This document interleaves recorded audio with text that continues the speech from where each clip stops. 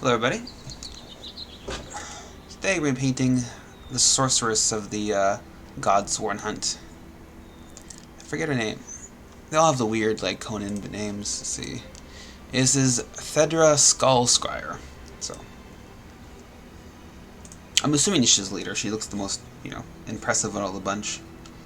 So we're gonna basically try and incorporate this kind of scheme, which the other ones did to her. So I'm thinking she doesn't actually have like much metal parts on her. It's all like bone. So I might want to just make the skull part actually the same kind of like chaosy kind of magical kind of metal, and then I'll make her cloak with a very vibrant red, like the guy's loincloth. Kind of make her stand out. Because if I made it like the kind of dull kind of red I have for the guy's like leathery parts, I think it wouldn't be cool. I'm also going to make her a different flesh tone from the rest. Because I've done some of them like kind of like the Native American, and then this guy's like some like kind of like sickly pale kind of guy. I'm going to try and make her like very pink and kind of like very pale pink. So. And then, what else? I might make her loincloth black. And then, yeah, just change it up a bit. These I'll probably just keep. I'll probably keep this black, like all the fur parts black, and this will be bone. So have a nice contrast of like the pale, bright bone and having the black there. Nice contrast. She is quite different from the rest though, I gotta say. She's got no real armor pieces besides like the scale on her loincloth, which is going to do nothing in combat. Okay. I guess she does have a little bit of a wrist guard. Alright, so let's just start with the flesh like everybody else. So I'm going to start with, I think this is Rin flesh. This is like the elf flesh basically for War Machine, or privately pressed paints. Is it Rin or is this something else? What are the Retribution called? Are they? Actually, before I do anything, she's the last one I've done them in the group, so I probably haven't dusted her off. Because I primed them all together, so, and that's been a couple weeks since I've started these guys, so I just want to make sure there's no dust.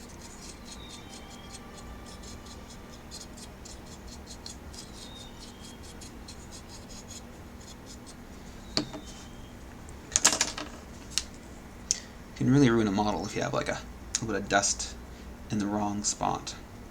For example, like the face. It can really just suck. Alright.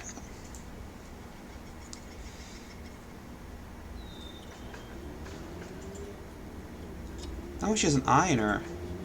Interesting. I didn't notice that before. She's got an eyeball in her palm of her hand.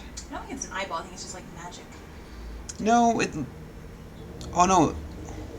Maybe it's actually like a pendant. But I think it is an eyeball.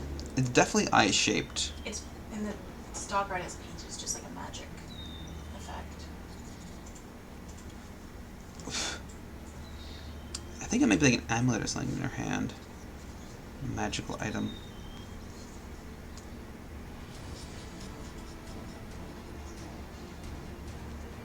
They have painted it blue.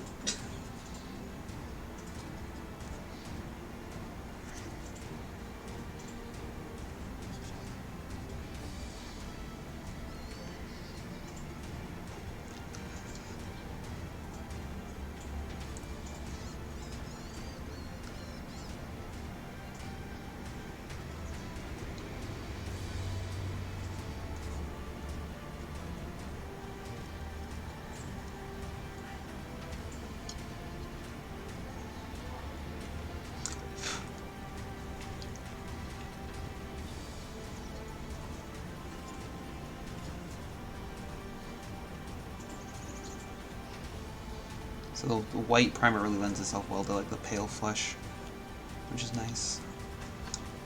You have to do less base layering. won't look as streaky once you've done a couple layers. If you do like a very bright flesh to start off on like a black primer, it just looks super streaky. Okay. While that's drying, let me just base coat some other areas. Actually, let's look at the. Do you have the models? See if we can find the models. Maybe just see what the hand looks like. Yeah, it's like a glyph. It's like a magical glyph coming out of her hand. Interesting. Wow, her hair. They Yes. just the hair on the stock art. Look at Rawl in the stock art. Grawl? Which one's Grawl again? The dog. Oh yes. Well, it's the style. I'm not a huge fan of just pure edge highlighting. It's certainly a choice. Okay. Back to the main event.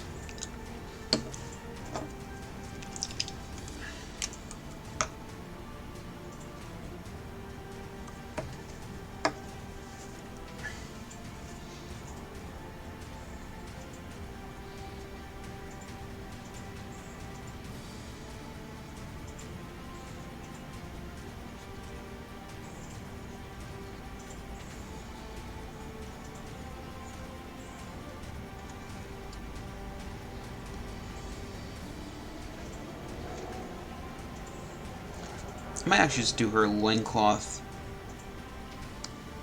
This leathery red. 'Cause I think if I do black loincloth, it would be just too much like the metal I'm gonna do, like the sooty kind of like carbon metal. So I'm just gonna do it leathery, and then I'll have the cloak this very vibrant red. I'm also just going to paint the back of her cloak here red. Just so I don't have to worry about it. Because I'm also going to...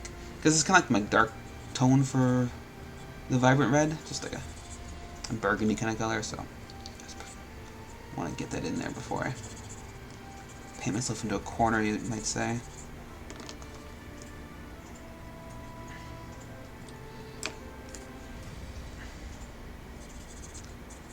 Oh, it's really, really hard to get into that leg area, I gotta say.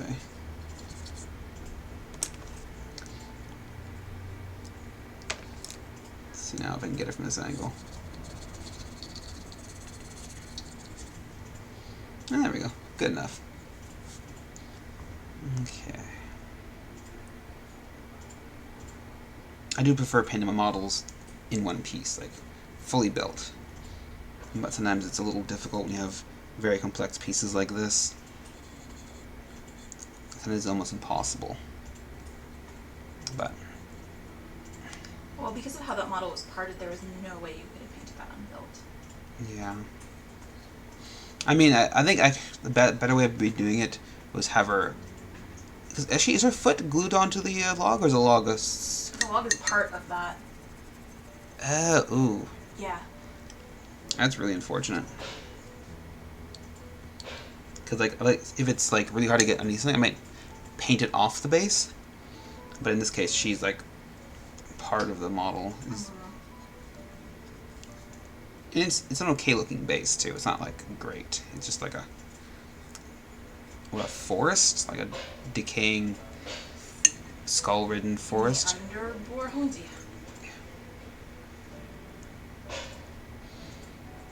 It's not... But, like, every single one of the crews, Underworld crews, have, like, different types of bases. Some are, like, stony, some are, like cobblestone, whatever. It's just weird and random. Alright. Let's go back to flesh and just do one. Another thin base coat.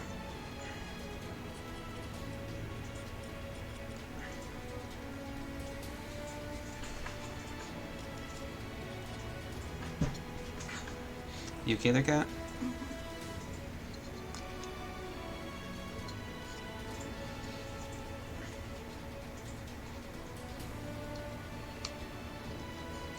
I try to make this lady very super pale, just to make her kind of stand out from the rest.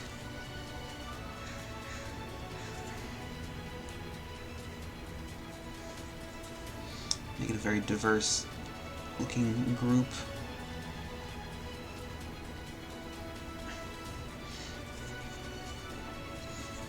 Okay.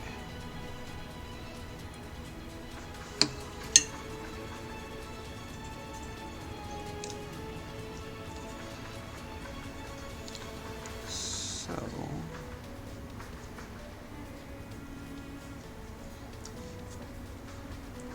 while that's drying, let's go back to the red and just do a second coat there too. Nothing fancy.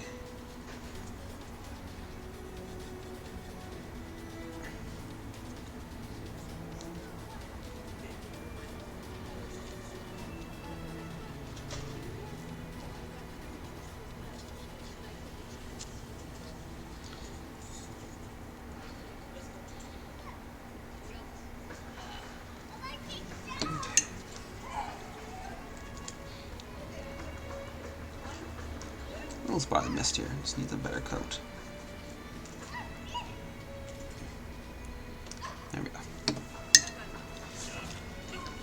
So here I'm just gonna just add some more white, which is like a pure white, to my Rin flesh. Maybe not pure white. Just mix 50-50, and then just highlight some areas. And then I'll start working my way down, doing darker tones. Because I want her the pale and pinkest kind of flesh compared to the rest of them. Okay. So let's see. So here I'm just gonna pick out any of the raised areas, the muscles. And I'll be doing like a wash almost around it.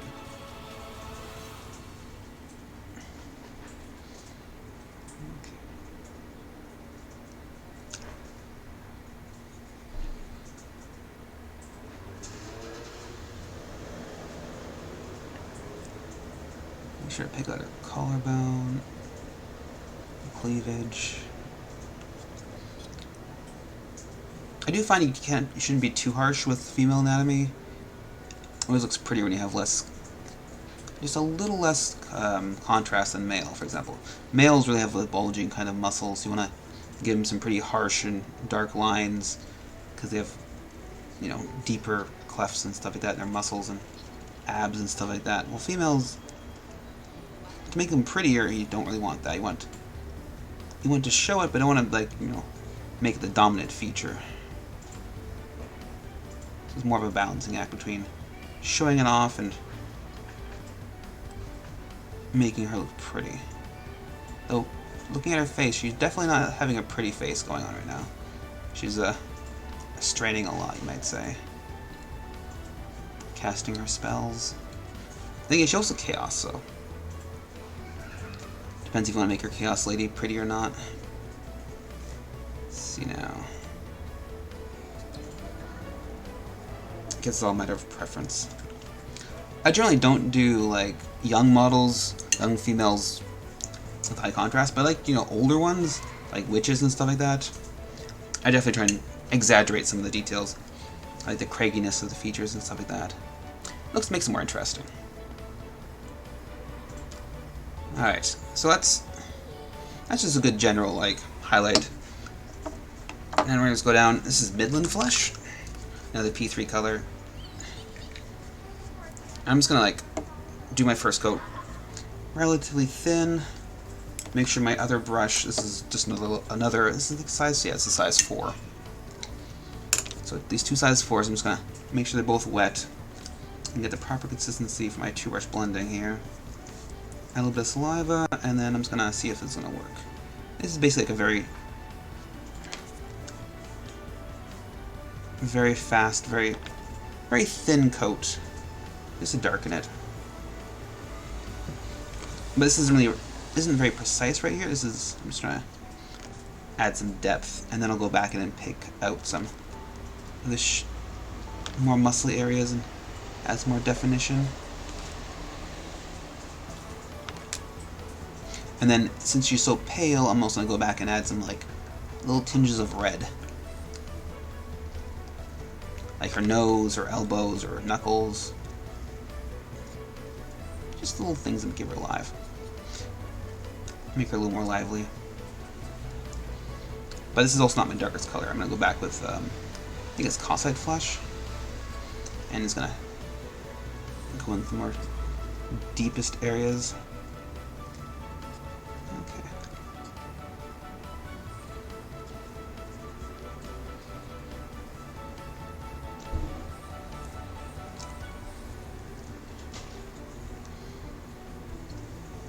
For a lot of little pieces like this, you don't really need to do 2 brushes. It's nice for like big things, but like for little things like this, just it's not really needed.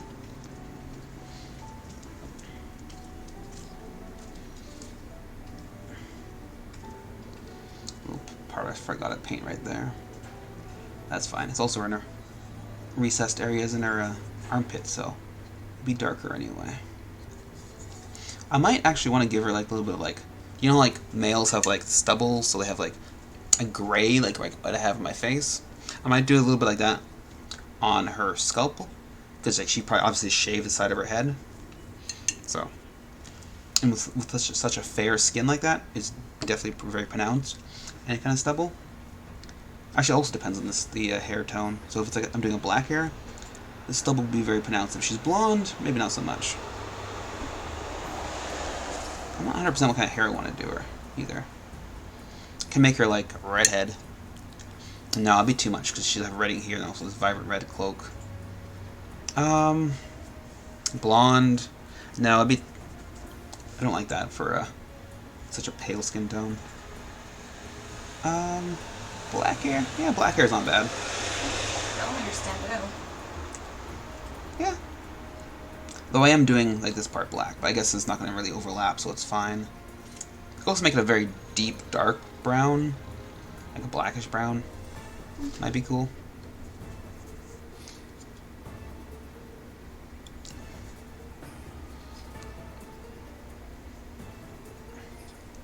Okay, now let's go and do some Calcite Flesh.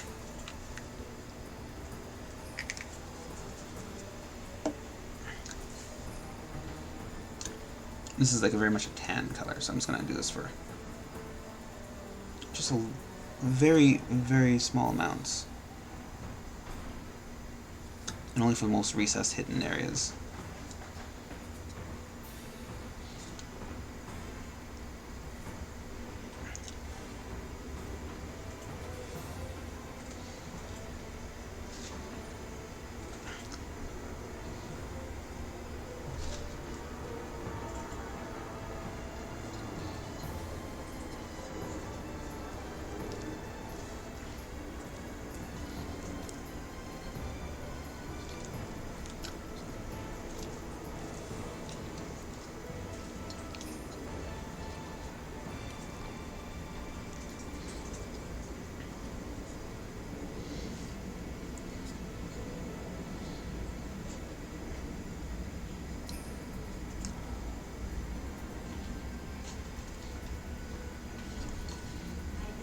Pick out some of her anatomy too. A little darker in there. But obviously not the same kind of contrast as the male anatomy. Because they definitely didn't sculpt her to have bulging muscles like males. So I don't want to accentuate the features. Because they obviously didn't want to do that. They didn't give her like giant biceps, for example. So I'm just gonna paint it like how they intended.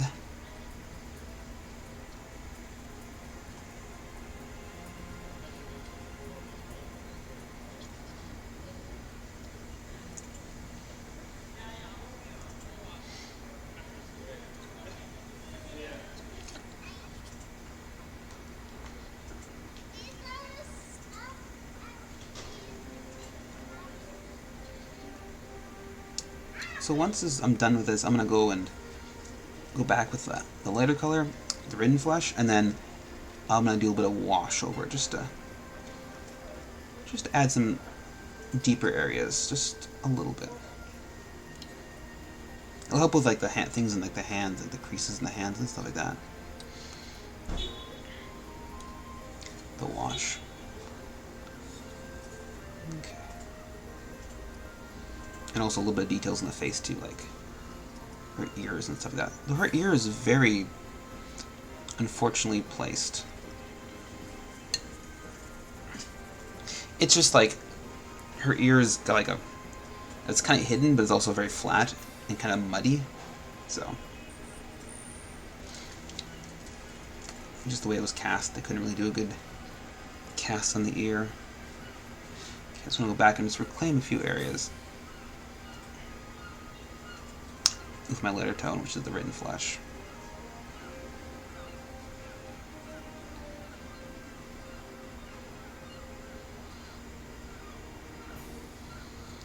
Let's see.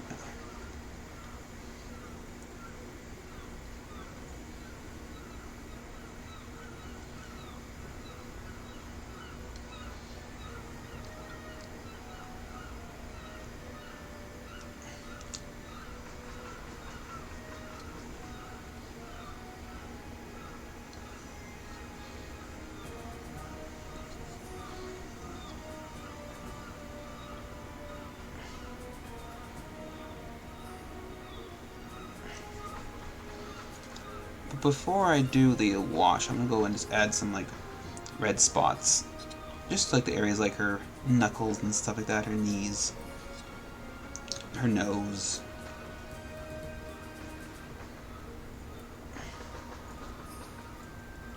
Just to add some life.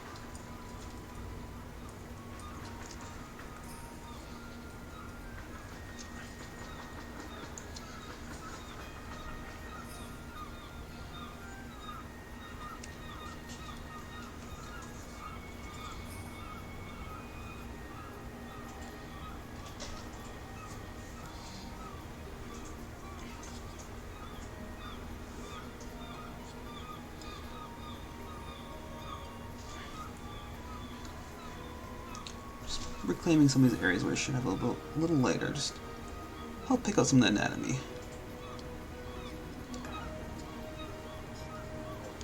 Okay. So I'm just going to use some, we have right here. This is Sanguine Base.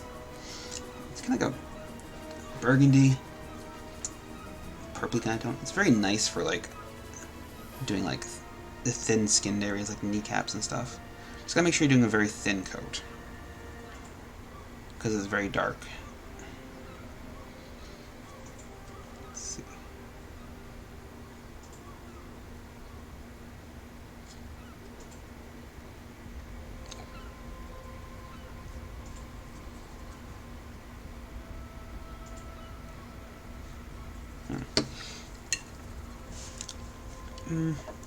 A little too dark for flesh.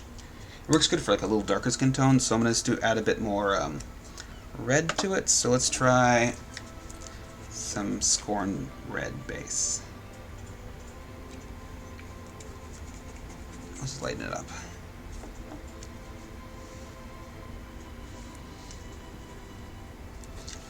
Okay, let's try that. So very thin. Let's try on the other knee first. Ah, that's good.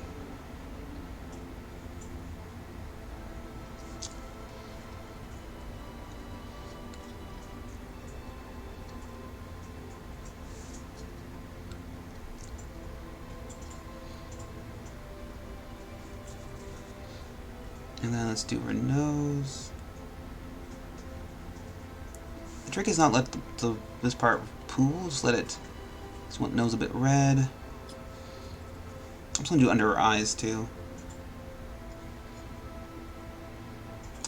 And maybe go back with a bit of like dark blue, black under the eyes just to give it a little more natural, because it's a little too red there, but I do want a bit of a red undertone because she's like straining and casting spells and stuff like that. So let's just pick up those knuckles a bit. Nope, that's too red. Too thick. I will be going back and doing the lightest white, like the Rin flesh mixed with the white. Just as some highlights, like the kneecaps, for example. Here we go. And then I'll do the wash.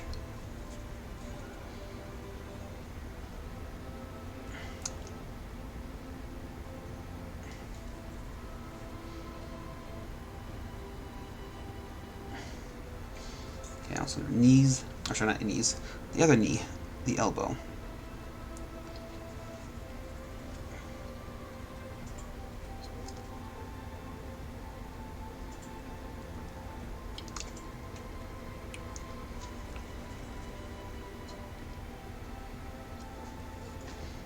Okay. That's about it, really. Knees, elbows, knuckles, nose. Actually, her ear. Let's not forget about that. Help make her ear stand out, even though it's a little soft, detailed-wise.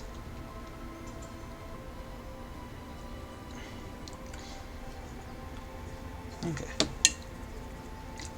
And time to go back with that Rin white mix and just highlight some of the areas.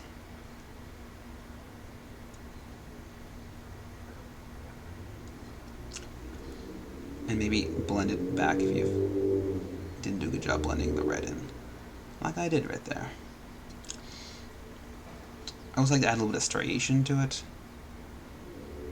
That's how your knees kind of bend. They have little folds in them. It's exaggerated a bit.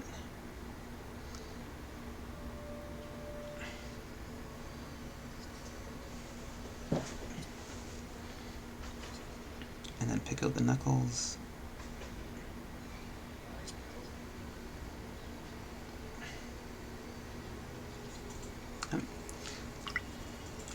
I forgot her. I forgot these knuckles.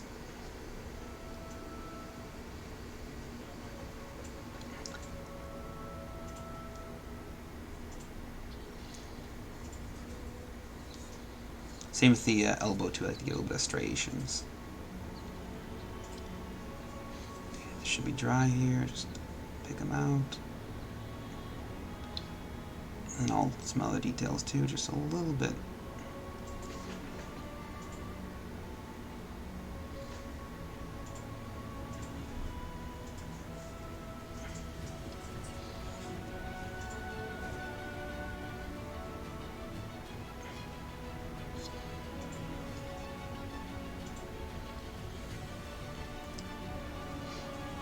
And this will really help with the nose, because her nose is way too dark right now, which is fine, but a couple little hits of highlight help bring out the nose and make it look less like a drunk and more of like just a red tinge in the nose, not like a like how drunks have like the red faces and stuff like that, like red noses. Like alcoholics can have like a perpetually red nose, right? She's not a dwarf. And then pick out some other features too, like her cheeks or chin. Should I give her eyebrows? That'd be a good thing to do. It'll help her make her look very angry. Okay. Before I forget, let me just give her some lips. So this is the same green base by P3. I'm just gonna do her whole mouth, and then just slowly also do her upper and lower lips. So like a vampire now, doesn't she? Or she's been eating beets.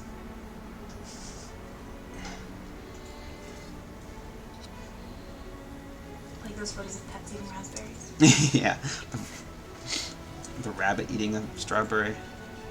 Or raspberries, that's terrifying.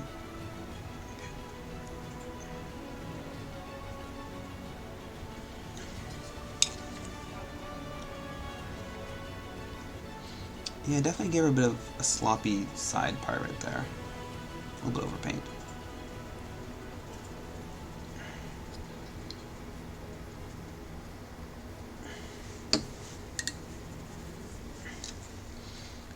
Okay, now a little bit of highlighting will help bring those lips out. So right now she looks like this giant mouth. So I haven't done the teeth yet either. So let's just get little specks.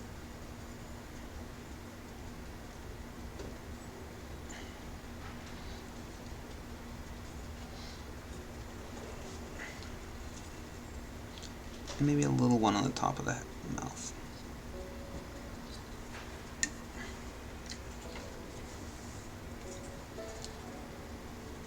Unfortunately, the specs are a little too white, so it looks like teeth almost. So I'm just gonna go back and do the side ones just a little thin red to it, just to give it a transition from like the white to the red.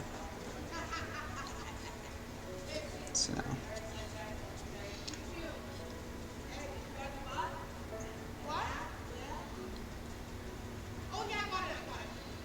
Okay. Back to the red and flesh now. Red and white flesh. Alright. So her elbow here.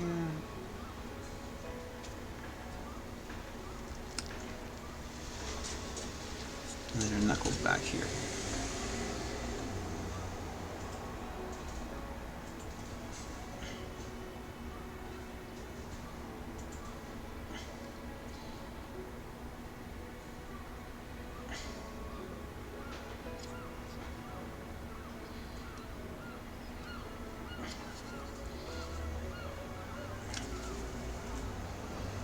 Is the camera too zoomed in, I think? Let's see. It's okay.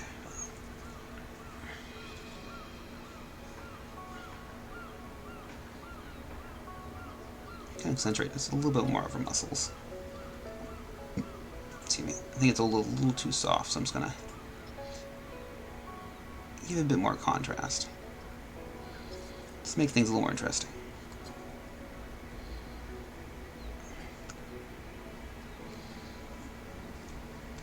And then after this, I'll be doing the wash. Just very, very sparing in the wash too. Not gonna drown her in like the calcite flesh.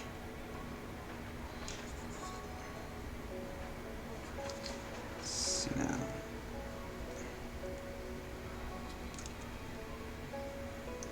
And a little bit of highlighting the bottom part.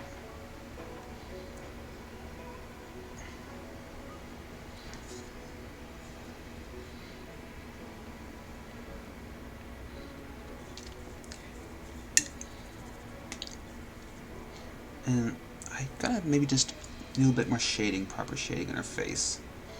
Especially her forehead, before I do any washing.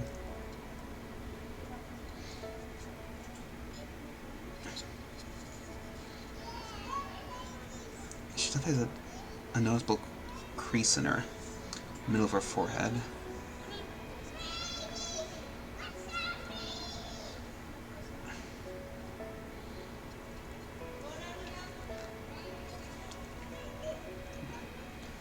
So then do some rim flesh.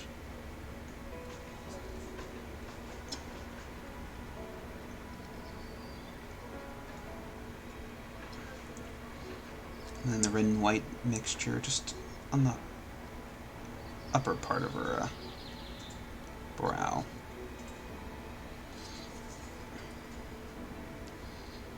And the top of her forehead too.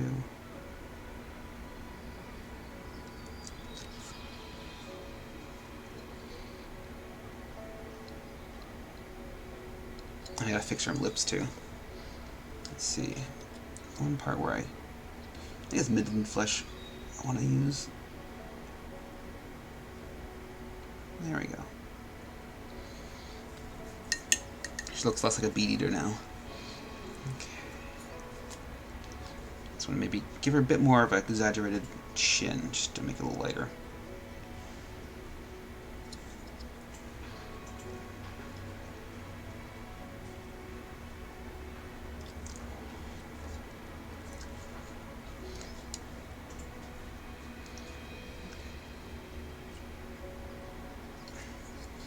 Okay, now I think it's time for some flesh wash. So I'm just going to use calcite flesh because it has more of a red tone, but it's darker than Caspian. And so I'm going to have to be very gentle with this one. Because Caspian is nice, it's lighter, but it has yellow tones, which I don't want to do for her. I want to keep her very warm.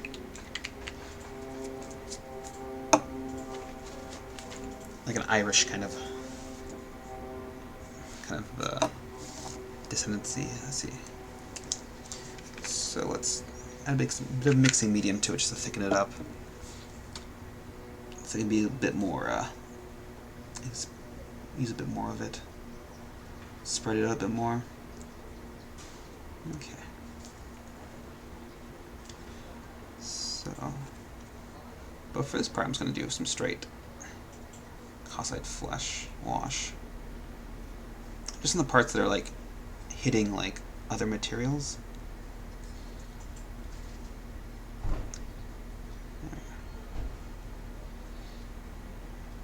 And then some crevices, especially in our like, yeah, right there.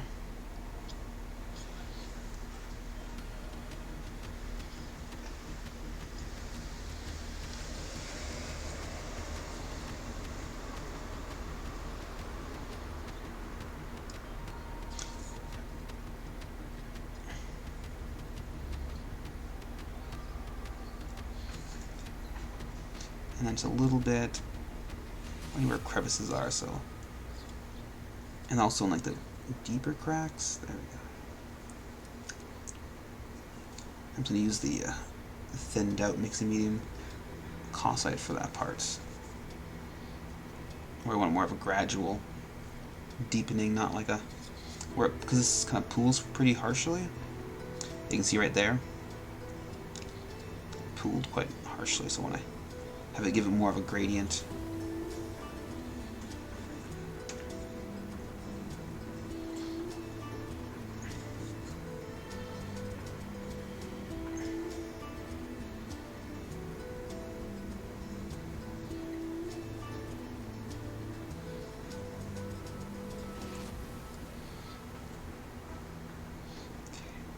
Let's do a bit thicker mixing medium in the face.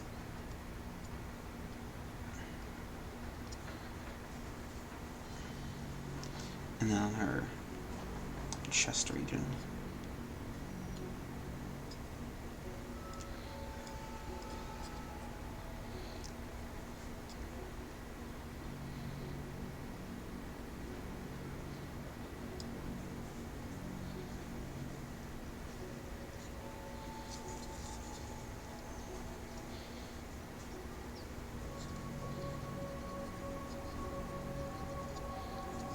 Especially on the side of her face, too. Where that ear is and that other part of her eye.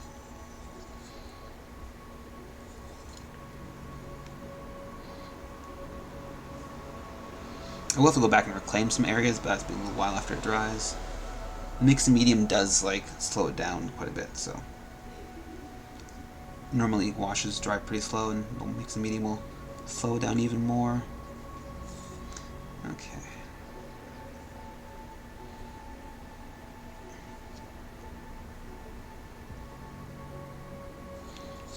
But yeah,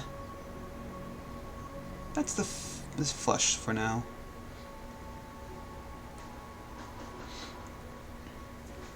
Let me just add some more borders, basically just using some straight Cossite flesh and just darkening up the parts where the flesh meets the cloth material.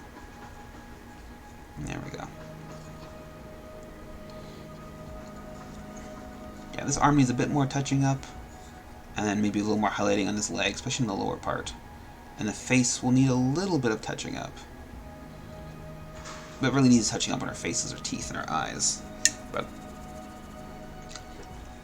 that's for later. Okay, so while that's drying, let's work on some of the leather. So this is a sanguine base and the mouth white base. I'm just gradually working up, adding more and more mouth white, and adding like a texture to it. So,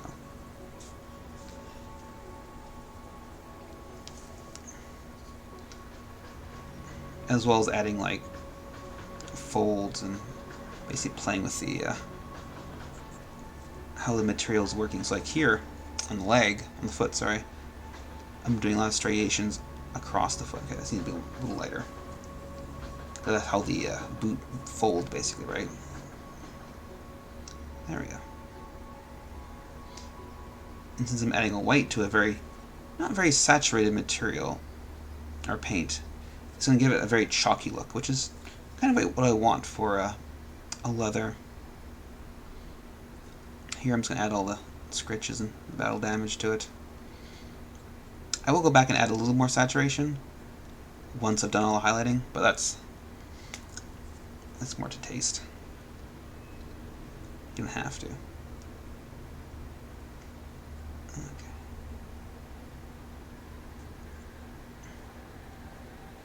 Kind of doing a lot more battle damage in the raised areas instead of like just layering it. I'm just gonna use scratches to highlight it.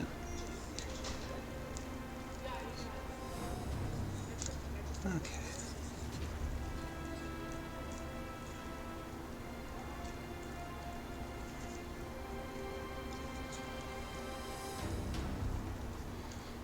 And I'm just gonna go and just do a thin layer just to raise it up a bit in the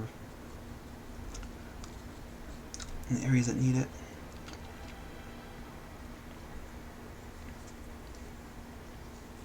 Okay, and the next one is just more mixing or Mammoth white to it. There we go. Just do smaller and smaller highlights, focusing on the edges.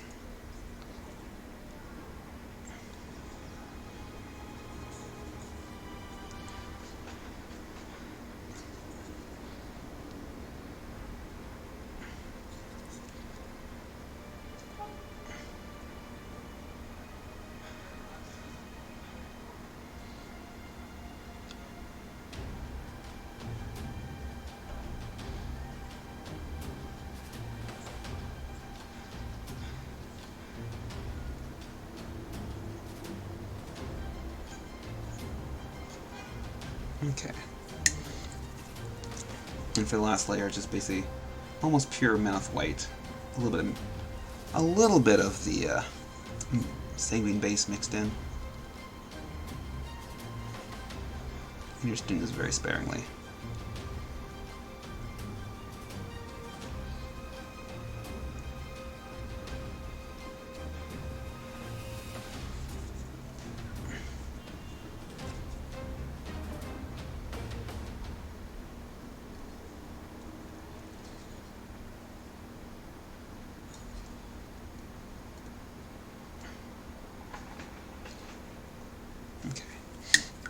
Now if I want to resaturate it because it's a little too chalky, and it is, I'm just going to take a little bit of the sanguine base and just do a very thin amount. And just also a good way to darkening it too.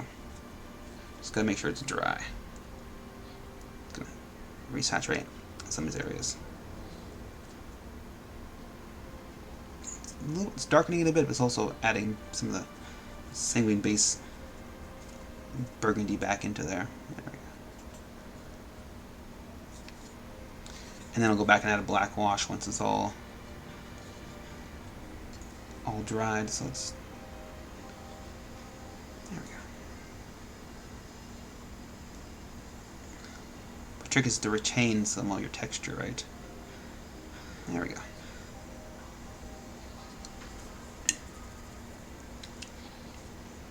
Flesh wash is very close to being dried.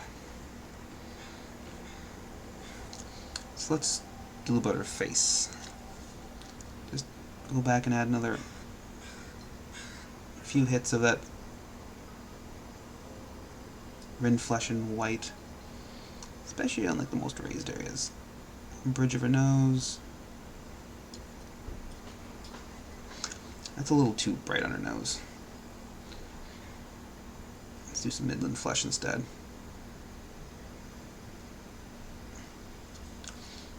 Okay, let's try another.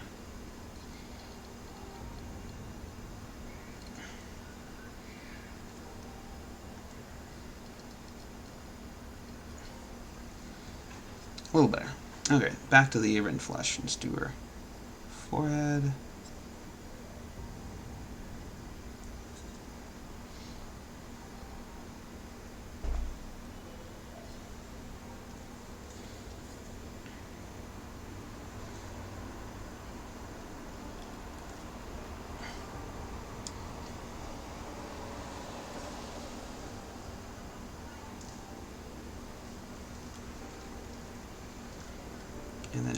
chin.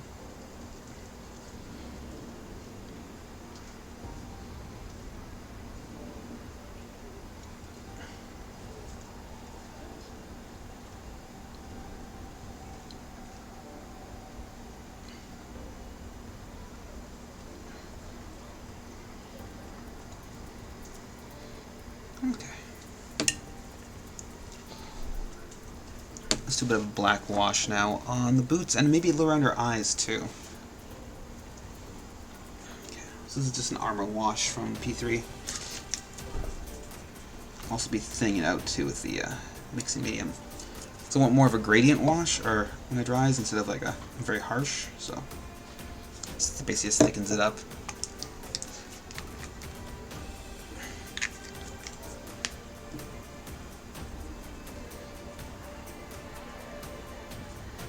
Okay.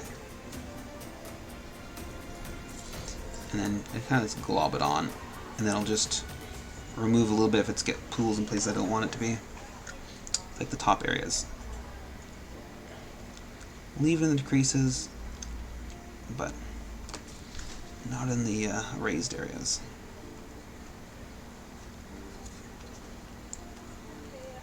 Mixing medium will also help it slow down, so you have more time to play with it.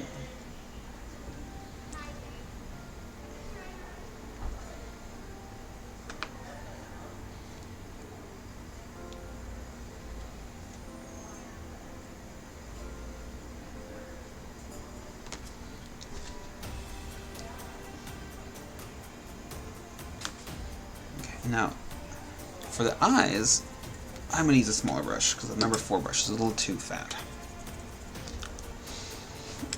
And this isn't really to like add in like the eye detail, it's just to darken it. Make her get like a bit of like a she didn't sleep well last night kind of look.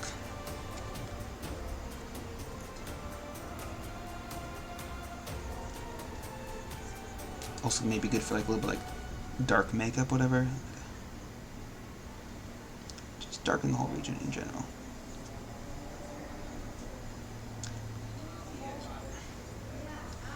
I wouldn't say it's good for like doing like natural shadows in the face.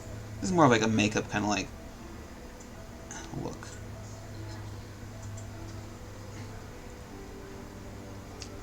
If I really want to do like dark shadows in her like her eyes, like she didn't sleep well, I'd probably do more of like a bluish purple, but this is just a fast and easy way. Also makes her look like the more contrast, the more evil looks.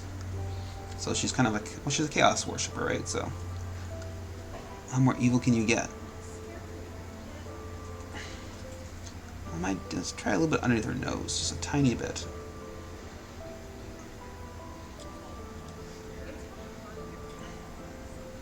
There we go.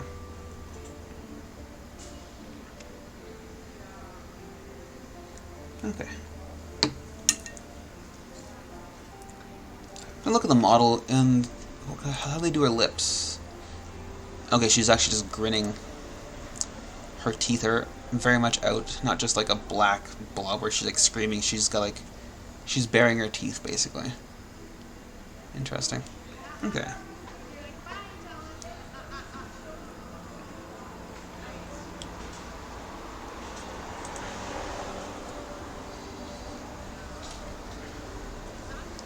See if I can up the exposure a bit. No, it's too much. Okay. So, let's do the red now. I don't want to do her top. What's her top going to be? What's she have on the... That's a white top. It is tempting. Do a cream top like they have. But let's just work on the her back cloak for now. So it's just gonna be like a normal cloth, nothing fancy. So it's not gonna have any kind of like the scratch marks like the leather. I could add some like thread marks to it on the most raised areas, and yeah, I like to do thread marks when it's like very crude. So like they're barbarian, so like probably very thick fibers, so it would very much show up. It's not very like civilized and thin, high thread count. So yeah.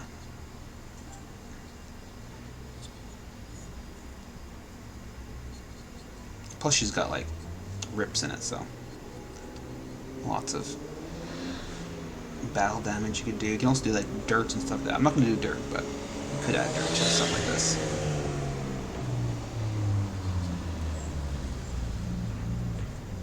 So I love doing white primer. Bright colors like this, just needing one coat, maybe two. It's always best to do two though. Like reds, yellows, light flesh tones, works great. It does have some drawbacks, but for this kind of stuff, I love it.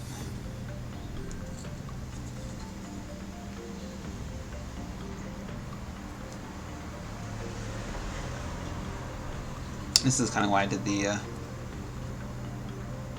dark red down there, because it kind of like just match the darkest red I have for this cloak. The sanguine base. I'm just gonna leave it. Looks like right down there, between her loincloth and her leg. Yeah, I don't want to go back there and try and add this red to it. It'll just destroy all the work I've done on the loincloth and her leg. So I'm just gonna leave it and be fine. Okay.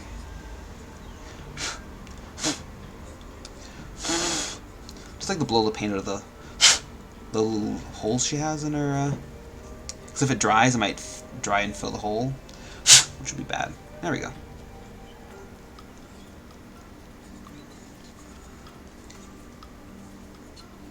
Okay. First base coat in her cloak done.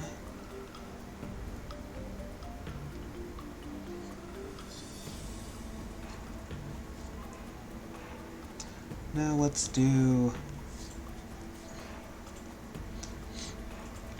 other parts that don't really connect into the cloak area. So probably not this part. I can start doing the metal, I think. So like here, there, there. Let's do that.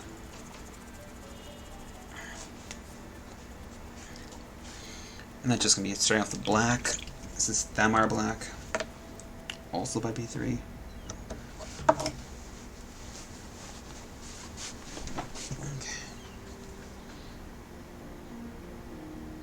I'm not really wanting to do the her shirt white, because her skin tone is very white, on top of the fact that she's got a skull on it, so I don't want her skull blending into her shirt. So I'm thinking about some other color now. Black might suck, because if I'm doing her black hair and her black fur, I might not work well together. Might also look muddy. But I don't really want to introduce any more colors to this. Either has to be a neutral tone, like black or white, or a reddish tone. I guess I could do her shirt, the red leather. But I don't want to do that.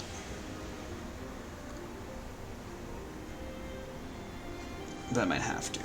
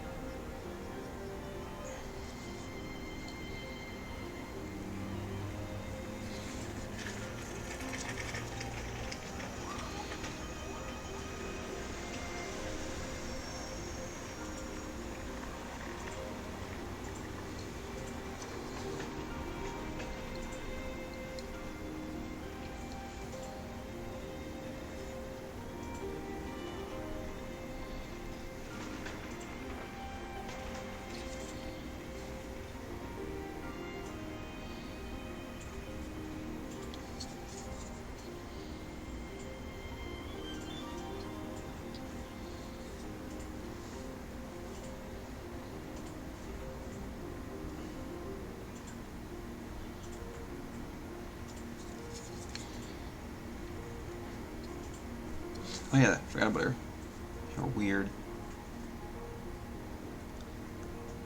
metal thing on her shirt. It's like a medal from like a general's medal or something like that. Just a little off.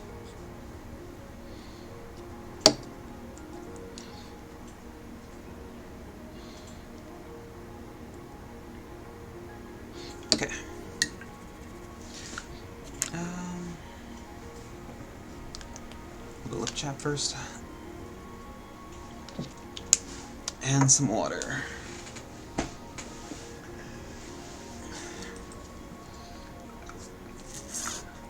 How you doing, Gat?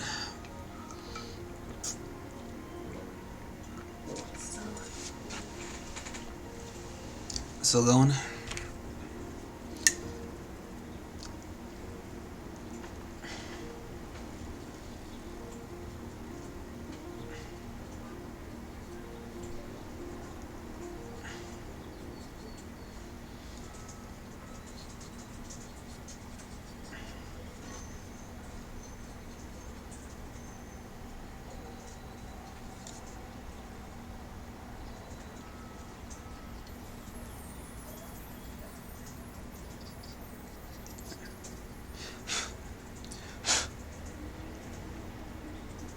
Make sure you don't blow too hard when you're doing that. You might blow some of the paint in the little holes onto other parts of the model. And that would suck. Oh, she has a little bit of metal there too, I forgot. Or I didn't notice.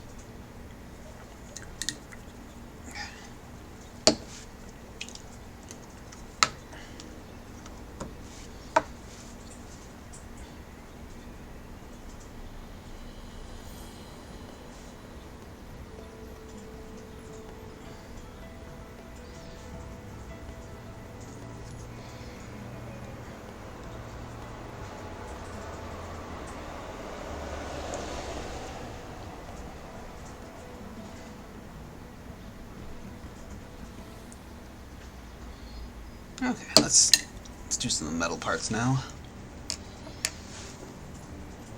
I was using Radiant Platinum. I misplaced it. Here it is.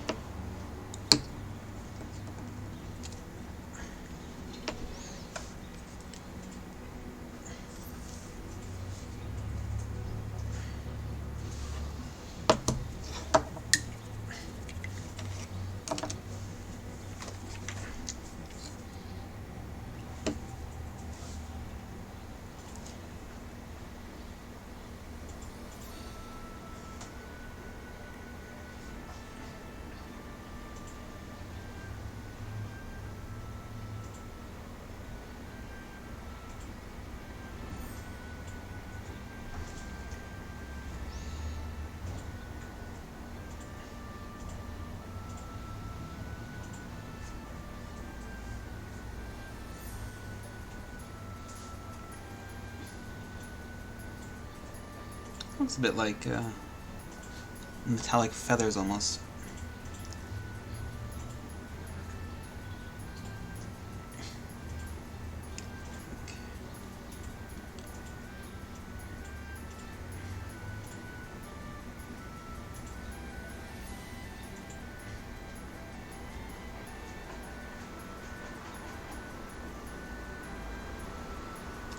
I like to pick out the corners of these kind of like pieces just a bit more than the rest, because that's basically where a lot of the tarnish would happen, a lot of wearing away, especially on the rings. The rings definitely have a lot of scratch marks, so just everywhere, so it's like make it the brightest part.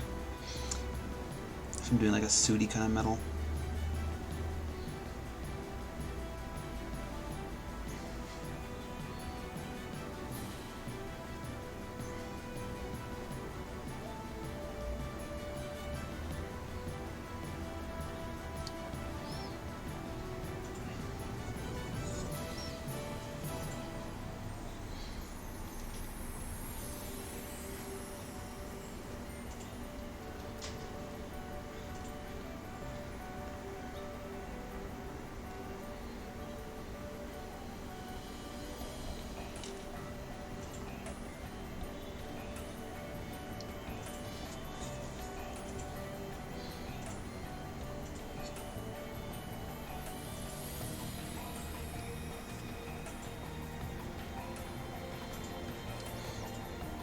Okay, now a little bit of calcite flesh,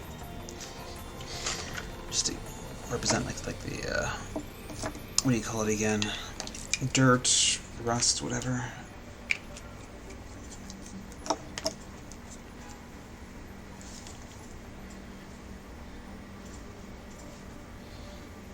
And then once I've sealed this thing, I'll get rid of all the metallic elements to it. I'll go back and just add just a few hits of very bright silver.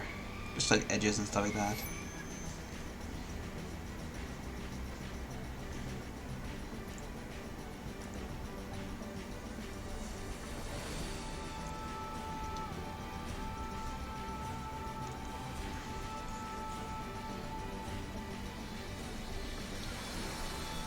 Okay.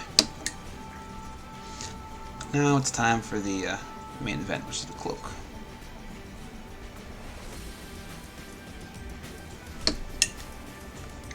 So I'm going to do just a little bit of highlighting with some Theddra red highlight. Mixed with the red, of course.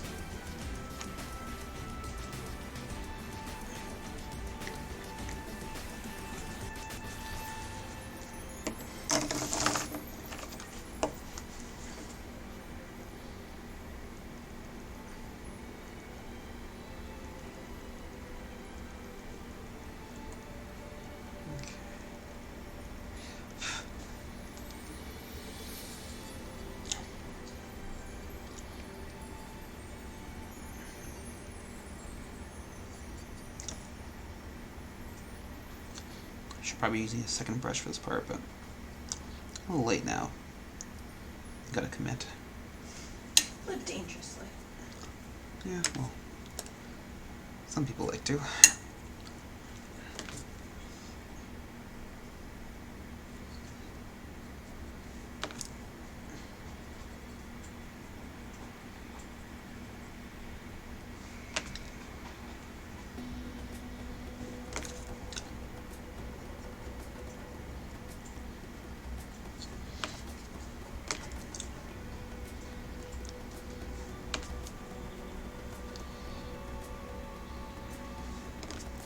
The first highlight I like to just do like a very thin, just everywhere kind of, and then the second one's more of a concentrated kind of one.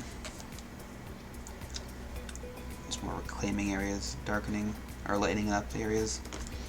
More if I like doing like harsh edges. The first one's always just like a general, just lighten the area up.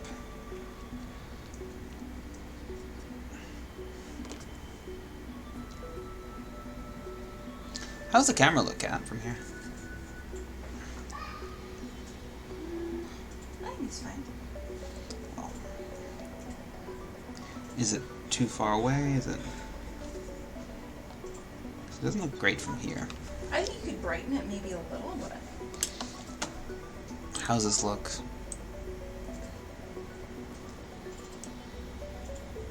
Yeah, I like that. Is that better? I think so. Looks really washed out to me now. Oops. Well, I mean, everyone's monitor is different, right? Is yours not? Does it look fine? It doesn't look super washed out to me, but of course I'm only seeing it on the monitor, not like... Okay, how about that?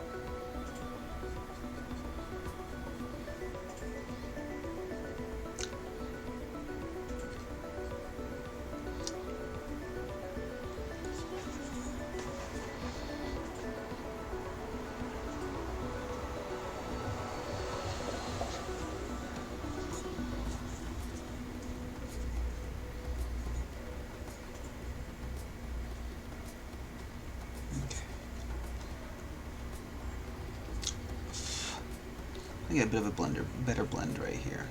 A little too chunky for me.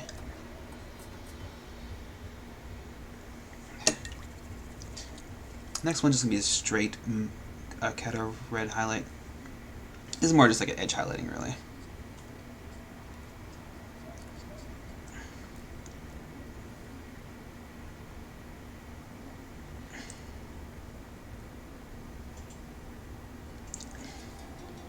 I'll do a softer blend, just a little, or after this dries, really.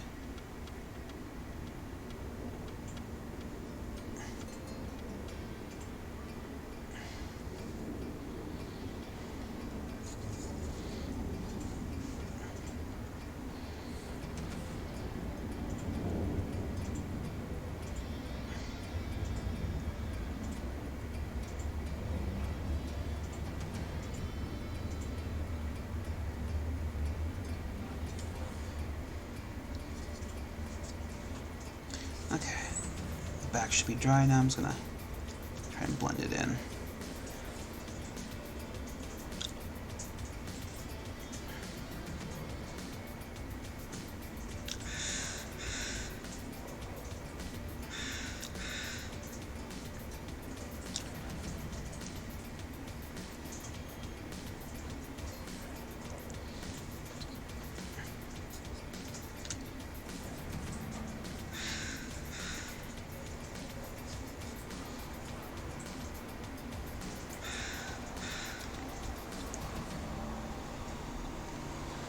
Okay, now I'm gonna start doing the shading. So let's add a little bit of black, I think. No, yeah, black.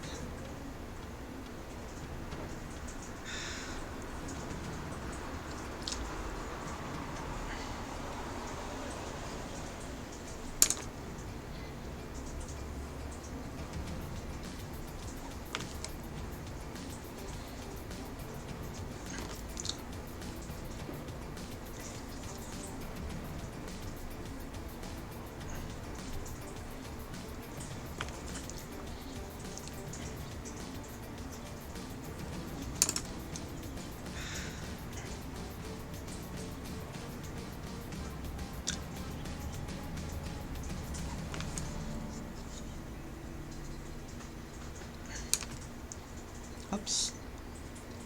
I think I caught that before I let that dark red dry on her leg. Like a weird birthmark on her leg. You don't want that. I don't recommend doing like those kind of like details like that unless you're doing like a very high scale bust, like 70 mil or higher kind of thing. This looks a little messy if you do it.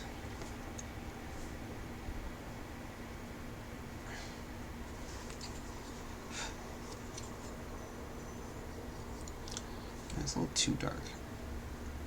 It's harder to blend when it's too much of a contrast.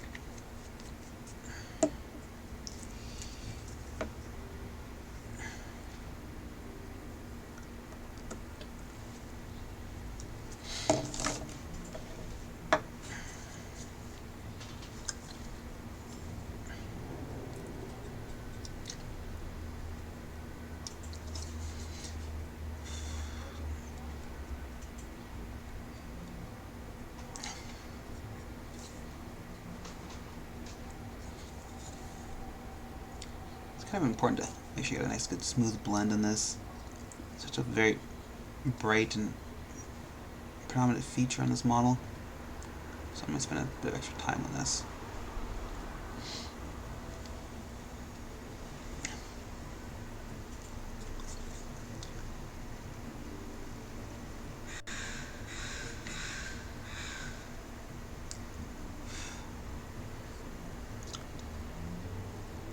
Oh, got her leg again.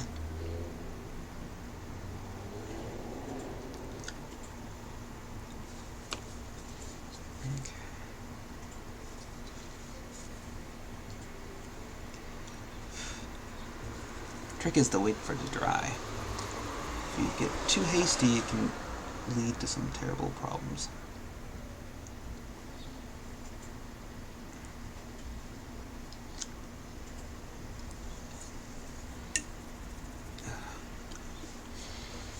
Okay.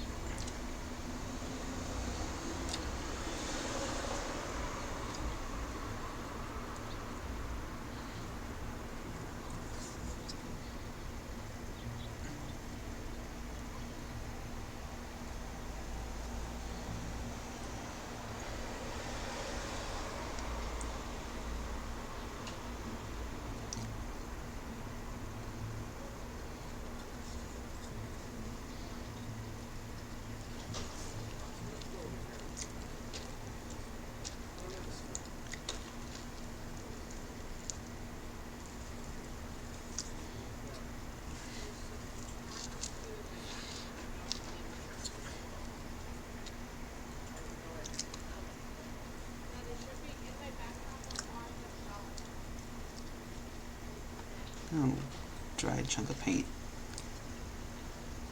It's unfortunate. Let me just scratch that out.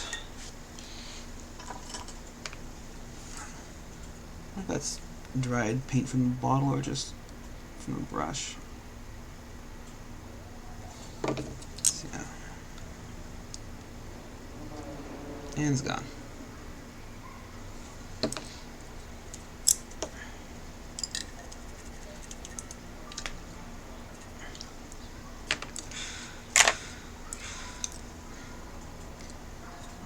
Still battling with this red cloth.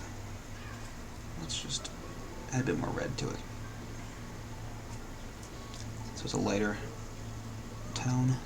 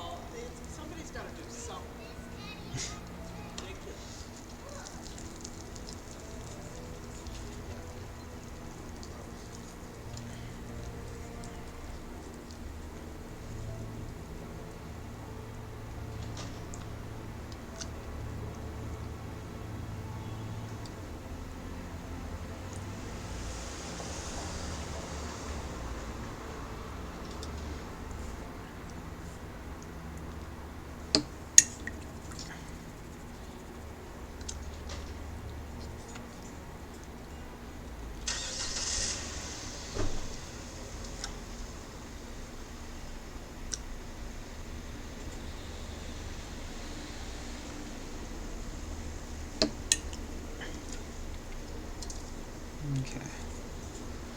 Just playing the waiting game now, see if wait for it to dry before we do another layer. Let's do some red though. Kind of merge the highlights and the shades together. See how that turns out.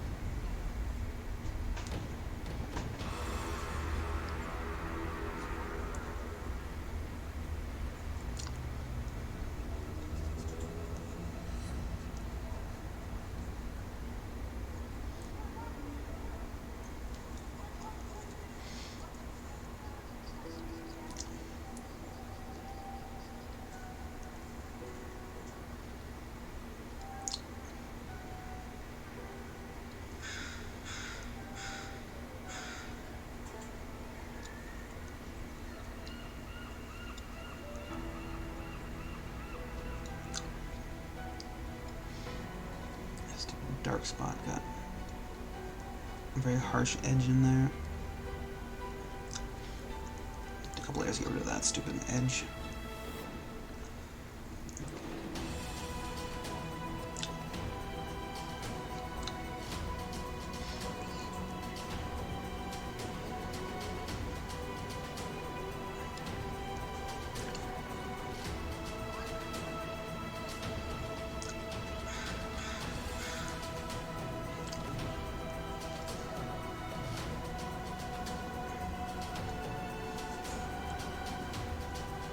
Let's get in there.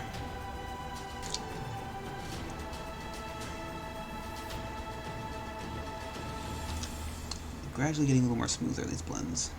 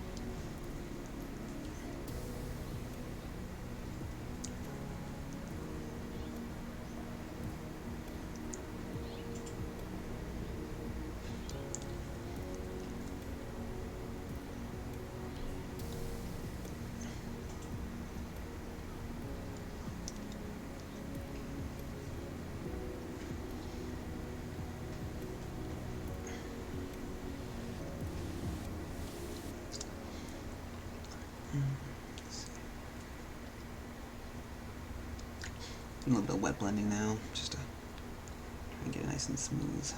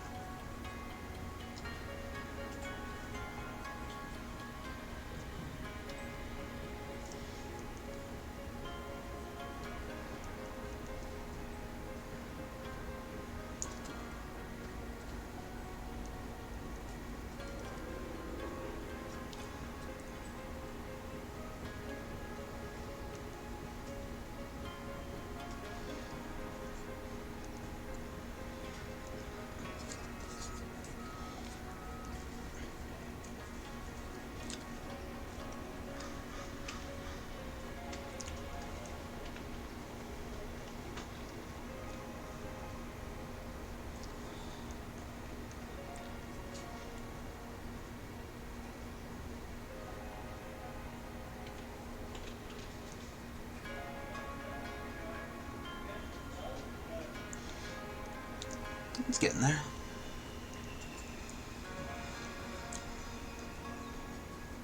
I haven't done wet blending in a while.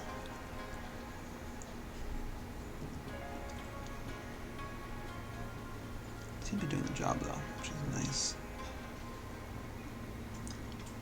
I think it's more better for like certain colors. I do find red's a little harder to like highlight, so it'd be better to. This method's pretty good for doing the highlighting.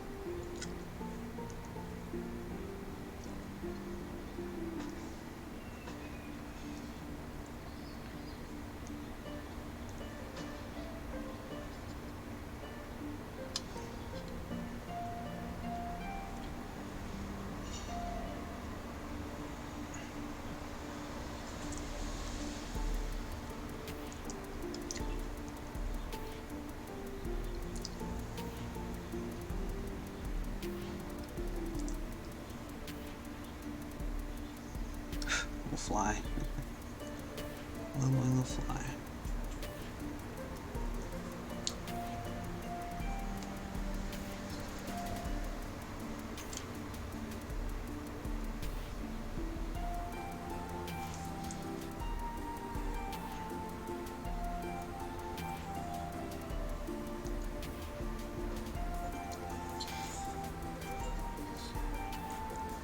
That's pretty good. I think in this part now, I'm gonna start adding the texture, which will kind of help, kind of hide the some like imperfections I've done in the blending. So let's start with doing the highlight. So just take some pure Catter red highlight. I'm just gonna add some like cross hatching basically. It kind of flows with the material. Alright, use a nice suitable thin brush.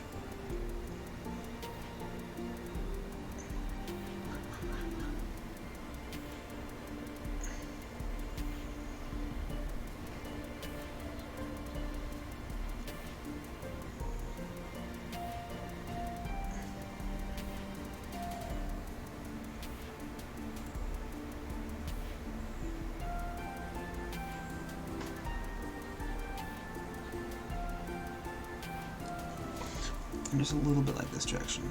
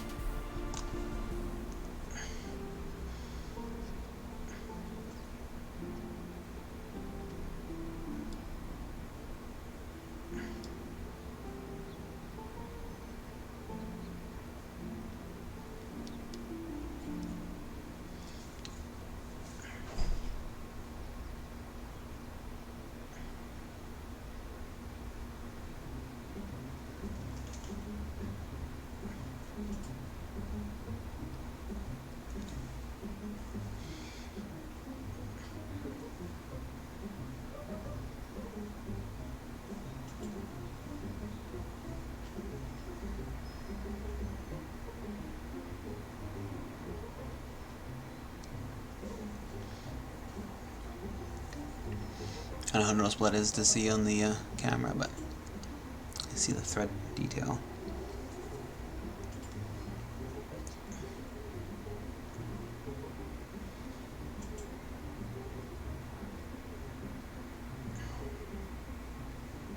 It doesn't matter how even I'm doing, because this is like a barbarian kind of lady, so it doesn't really have the greatest weavers, you might say.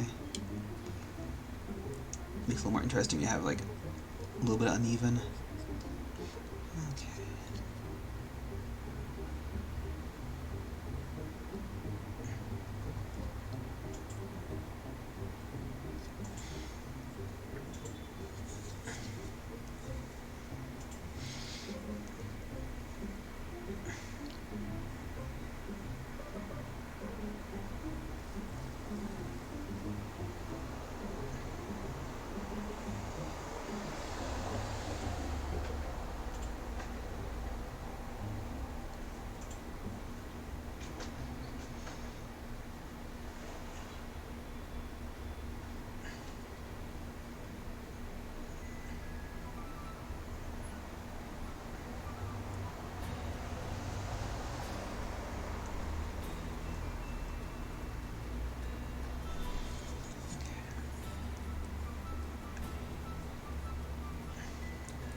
It's important not to do too much of the linear lines. The most important part is this part, like going vertical.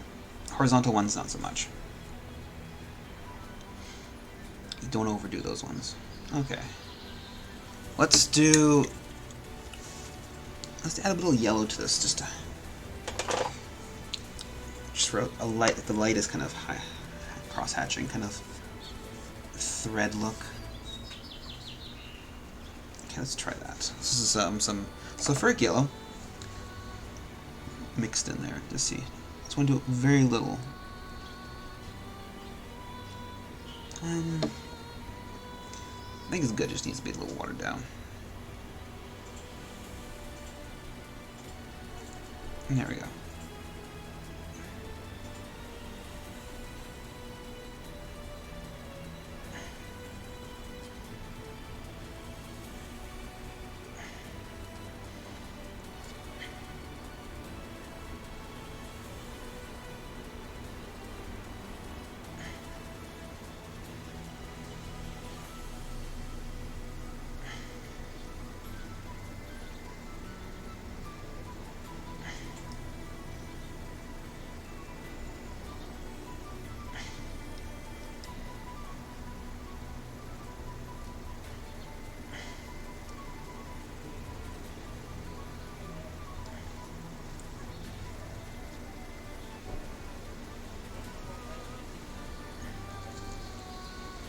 I'm not going to do any horizontal lines for this. I'm just going to do just vertical.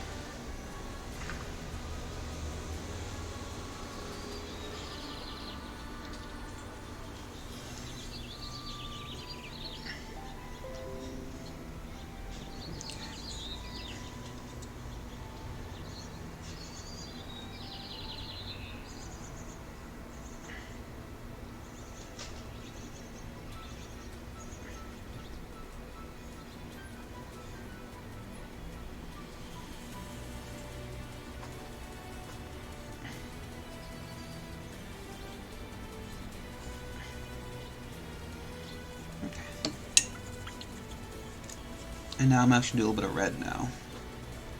Just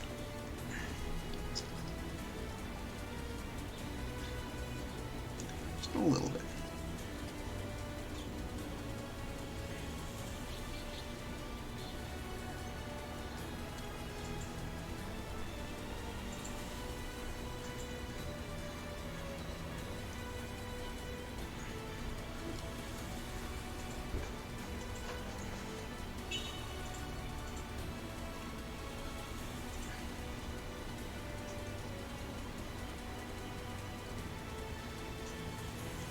I find this red is a little thin, so it may take thicker or more coats to get the proper kind of coverage you want.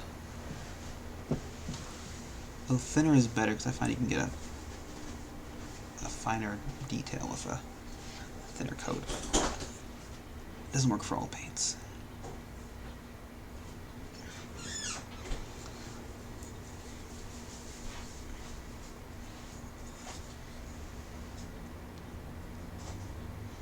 Okay, and I'm just going to take this and just take a very thin amount of red and just kind of blend in the some of these areas. Just a little bit. Just so it's not so harsh when it ends.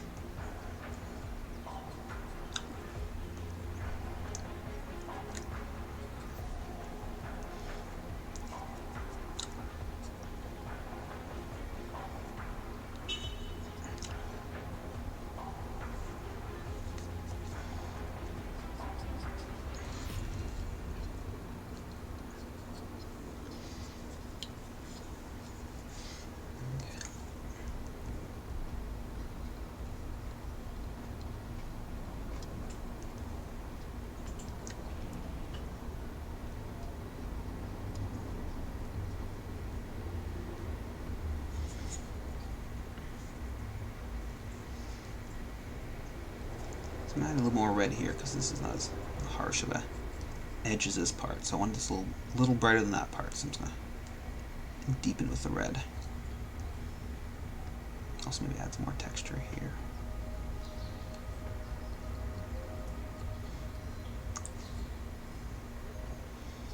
And then that's about it for that part. So I'm just going to start highlighting some of these areas, which I kind of forgot to do, but that's fine.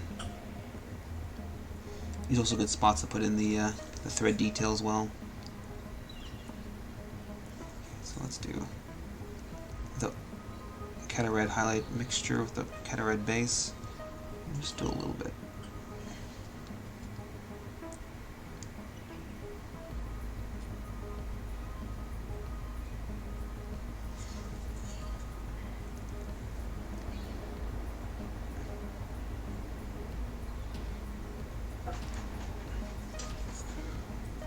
Now let's just do some straight cat or red base or highlight, and just add the thread in again.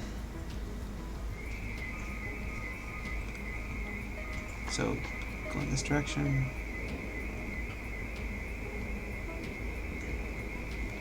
And in this direction for this one. Just trying to follow the direction of the thread around it.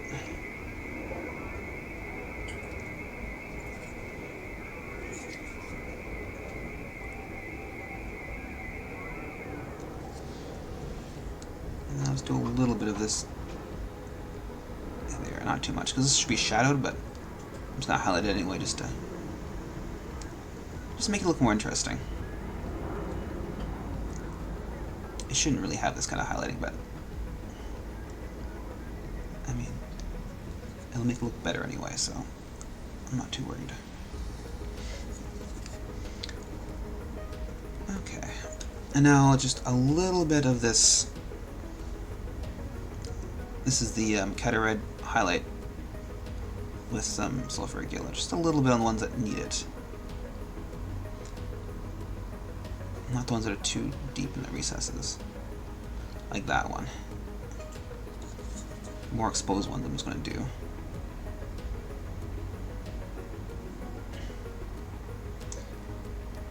And also the edges of this stuff too, which I forgot to do.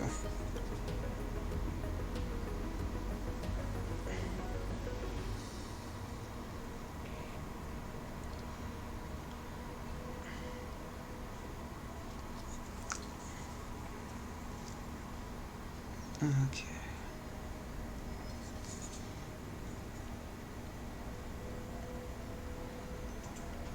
I was a little lazy there. I didn't want to change the color of my brush, so I just used the same color, even though it should be a little darker there. So I'm just going to go back and just do a thin layer of Cata Red base and just deepen and darken that area up. Also helps you give you a bit of a gradient too. You do shade it like this, so you can keep the edges brighter and it goes darker as it goes in. Okay, so that's the cloak basically. There should be a few more spots where it should be a little more consistent, you might say. It's not a little patchy right there. Could go and just add a little more darker texture, like thread if you want, coming out of it.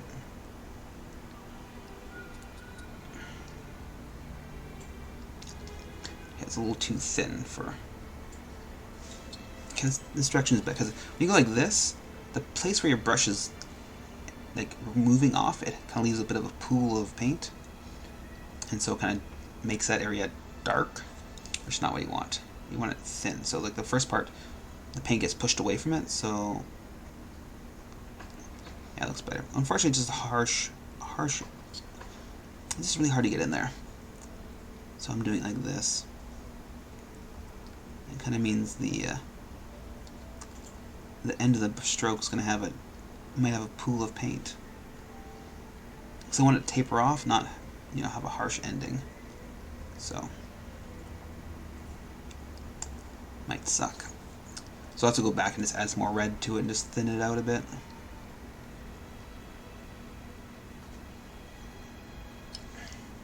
Just blend it together a bit more if it's too harsh. And you can see there, it's kind of like a very harsh ending, which is not what you want. But I'll fix it. Here I can probably do the proper direction, yeah. It's nice how it tapers off. Oops. Stupid. Overpainting.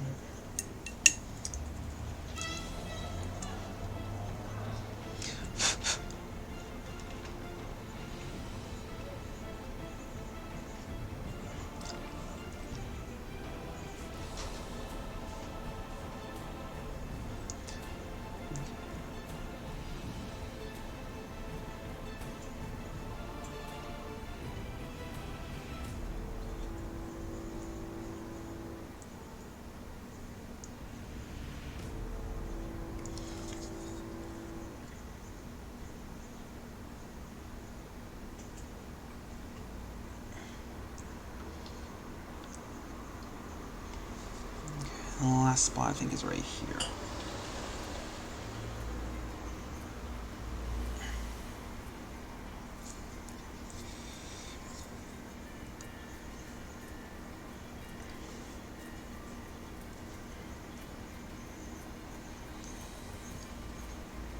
Okay.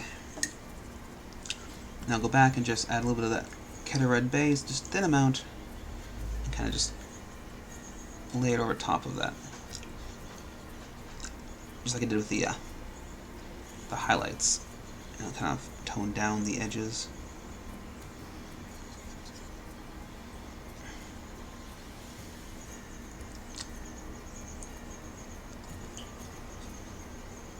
Just a very thin amount.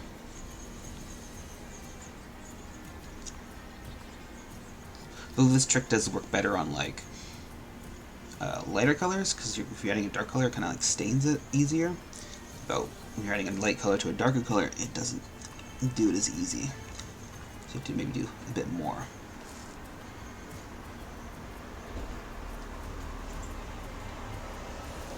Means you have to do more layers, basically. More and maybe even thicker layers.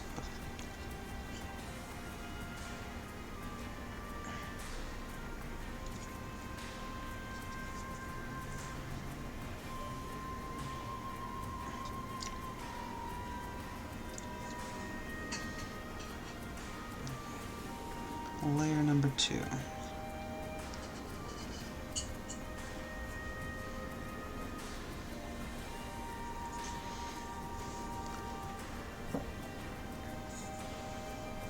So let's say you make like a very, I don't know, rough spun cloak, you might say.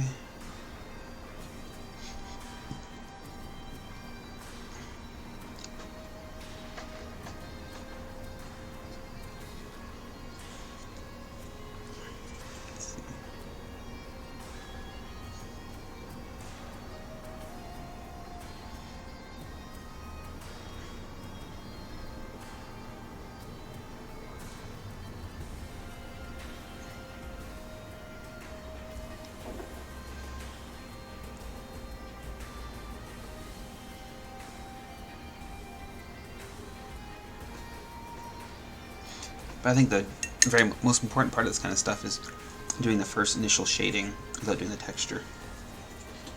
Kind of gives you a basis how you want the shadows to come out and the highlights of where these things are going to go or not.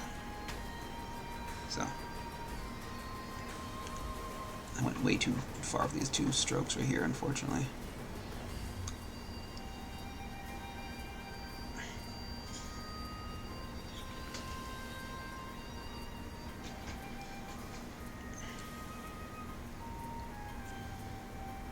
Okay.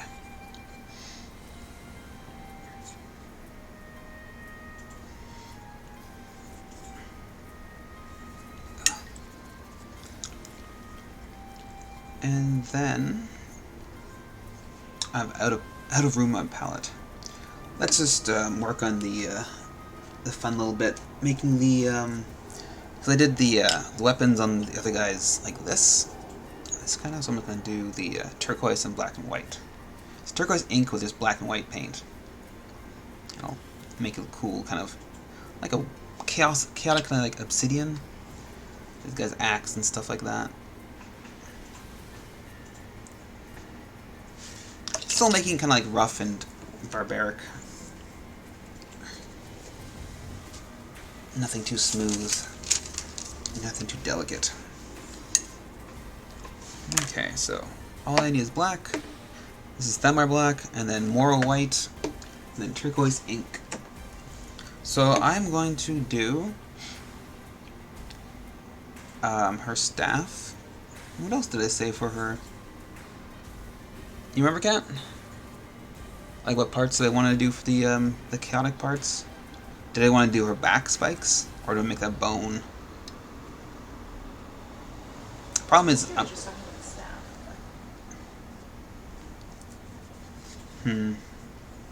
okay, because I'm doing her feathers black, or not feathers, all the fur, because like all the other ones have the black fur as well on their booty cuffs and stuff like that. So that's black. And the problem is, if I do this, the chaotic part, this is all going to be black too, so it might just merge too much together. It'll be fine. I'm going to do these two things then. Okay. Make sure my brushes are clean.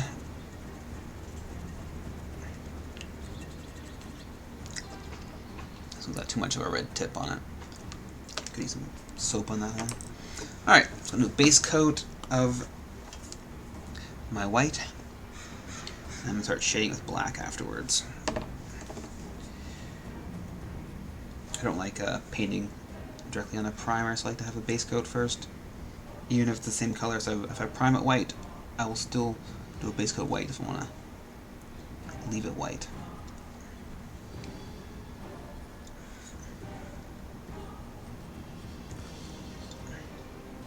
Here I'm just focusing on the tips, really, because the bottom part's going to be very black, so I'm not going to worry about that.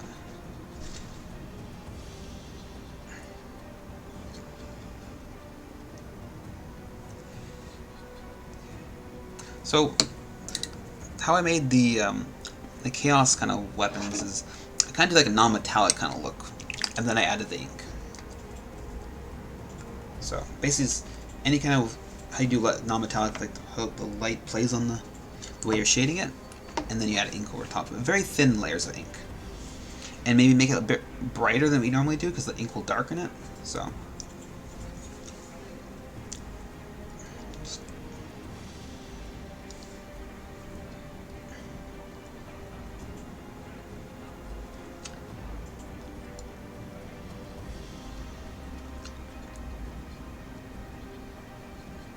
Very important to do edge highlighting too for this kind of stuff.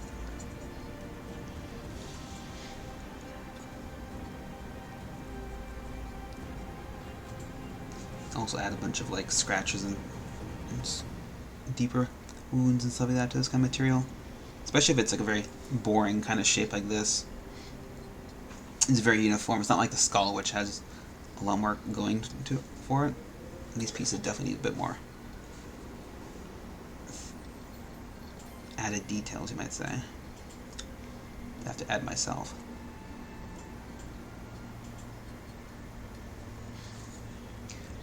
Okay, is that white? No, the white's still wet.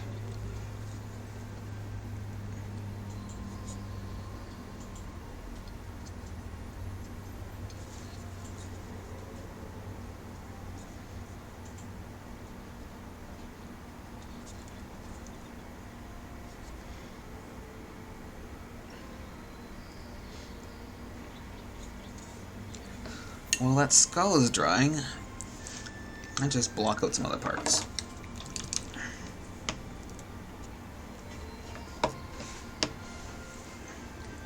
So I've done the cloak, now I can start doing these parts.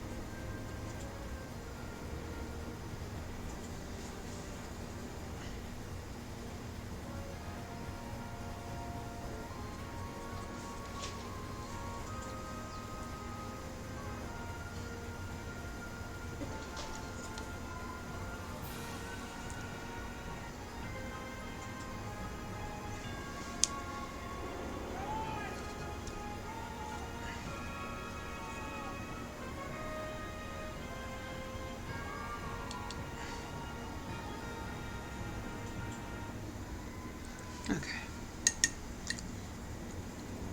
Come on, Skull, be ready. So let's do a thin coat.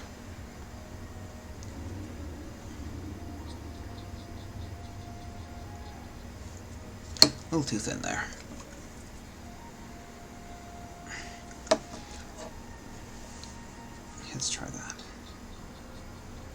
There we go. Some old finger painting to speed this up.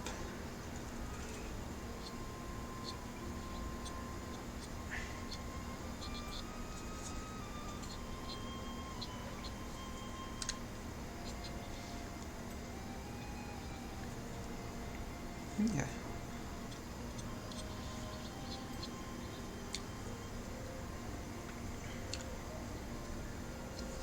Back to the back spikes. I think they're teeth or claws or something. So I'm making the weird chaos metal on like the rest of the weapons.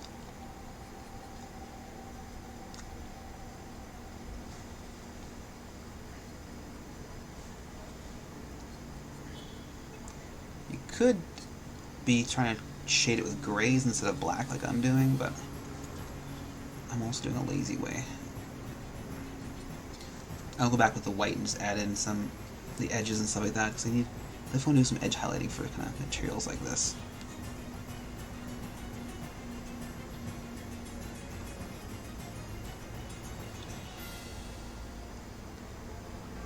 And add in all the scratches and stuff.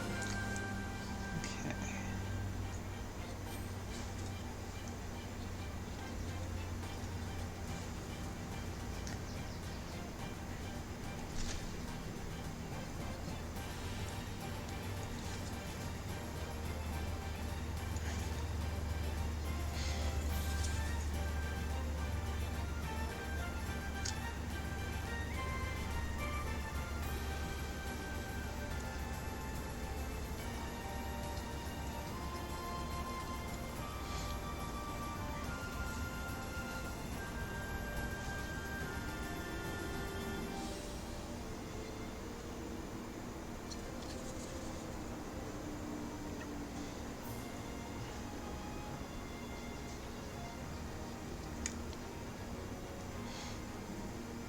Oh, I missed this side of the spike here. I'm also going to black out the entirety of this area right here, because I'm making all those, the fur back there all black, so I don't want to go back there once I've painted up this back spikes. So I just want to just base coat it right now, and probably just leave it black without any highlighting for the most part. It'll do just fine. So she's got some like fur coming up the back of her head too, so I'm just gonna do that as well.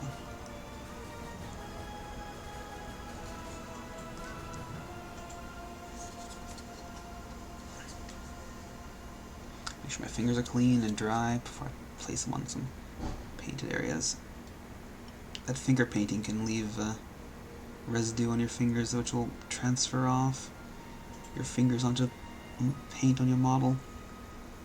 Okay.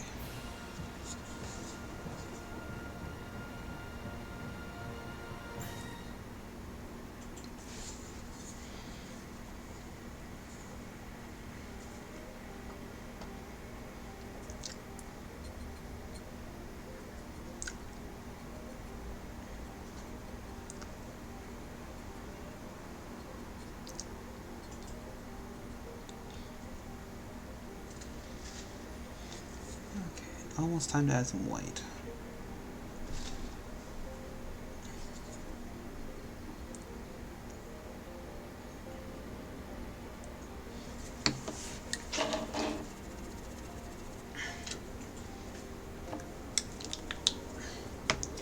Now for this part I'm just going to use my smallest brush, my number 2 brush, for all the scratching and highlighting.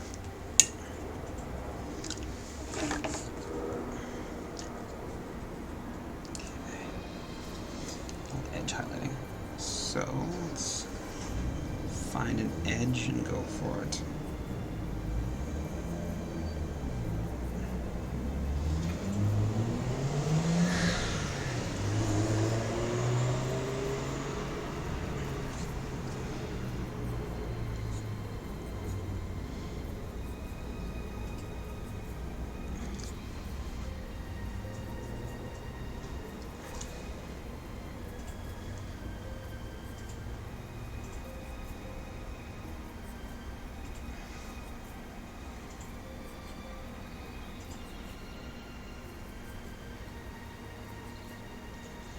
Yeah, Skull's dry enough to put a finger on.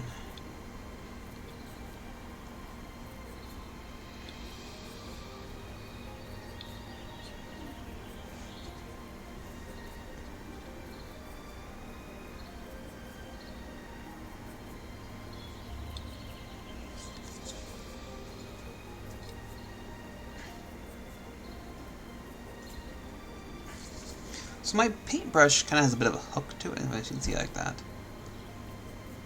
And so I don't mind that, but you can be mindful when you're painting. I always have the hook painting away from the model, so like pen like this, the hook is facing up. I find if you do the hook down towards the model, it just doesn't work good. It works just totally fine if it's trying to hook. Okay. I also find the hook very good for doing eyes and stuff like that.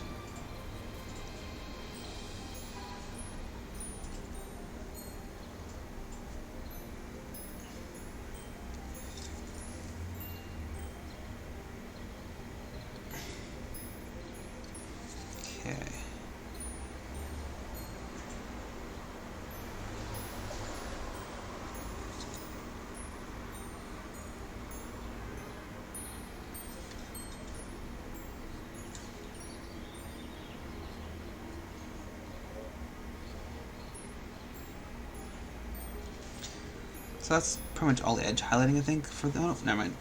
Missed a spot. Especially the big one. Jesus. There we go. So that's pretty much all the edge highlighting I'm going to do for the back spikes. And I'm going to do some scratches just along the way. Just to make it more interesting. Especially in the bottom where it's maybe almost pure black. I'm just going to add a few scratches that catch the light. And then the ink will kind of stain it and kind of make it look nice.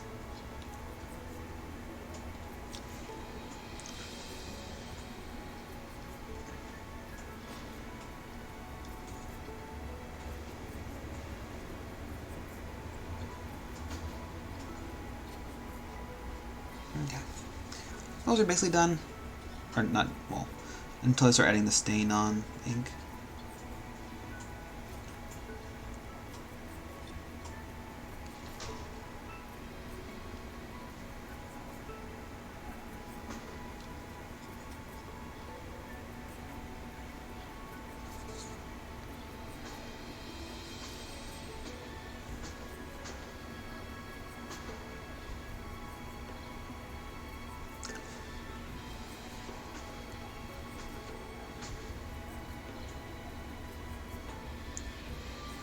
For this kind of stuff, especially when it's detailed and stuff like that, I like to just add little dots. Just little specks. Not straight lines. Especially if it's like a more organic thing. Because you wouldn't really have smooth lines going on. It'd just be all like little raises, bumps you're catching. Little raised bumps you're catching.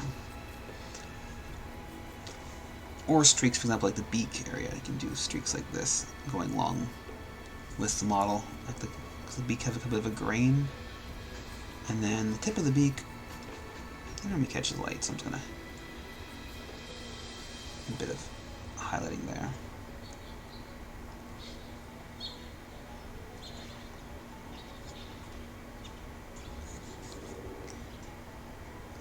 Okay. Make sure the eyeball's got a pure white speck on it.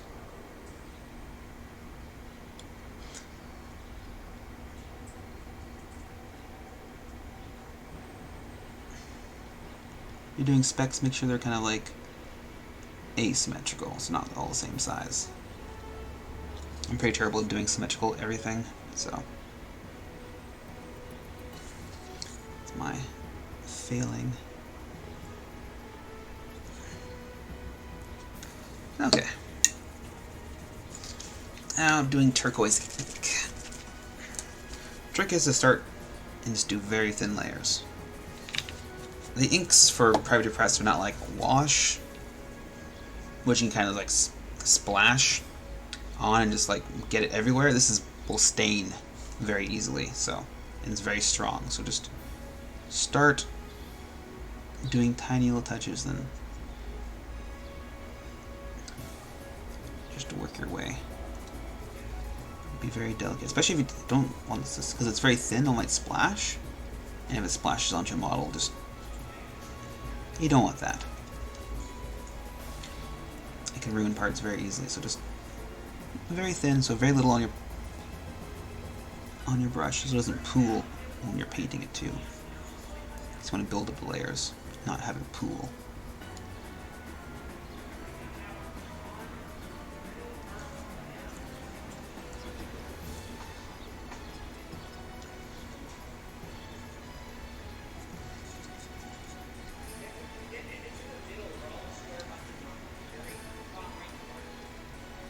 I'm gonna have to darken some areas too. Go back with the black and just darken some, like the bottom parts in the main spike, for example. It's a little too bright. But I'll do a couple layers first. Just making sure I didn't spray anywhere. I will also go back with a bit of white too and just make some areas a little more vibrant, a little more pure white.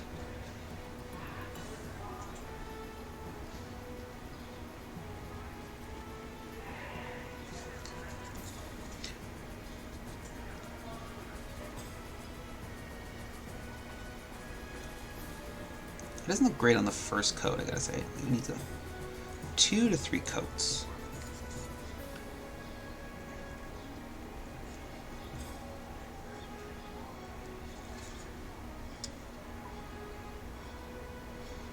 Okay. I'll go back to the spikes again and do a second coat.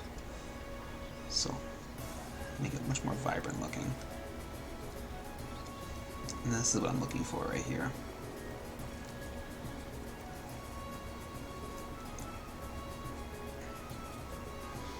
And then the bottom little scratches there kind of look more like what they're supposed to look like.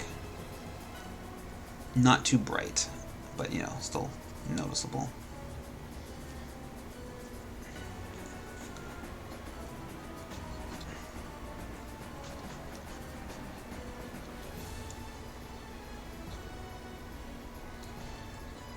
And I'm letting it pool just a little too much in there, but that's fine. As long as you keep it towards the bottom.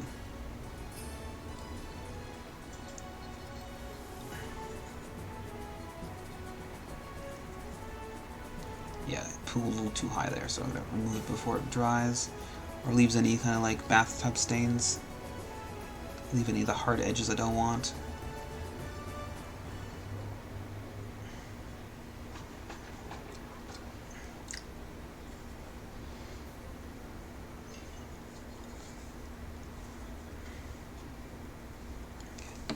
Make sure you clean off your brush too, because that ink will get everywhere. Especially on clothing. Gotta be careful of that. Okay.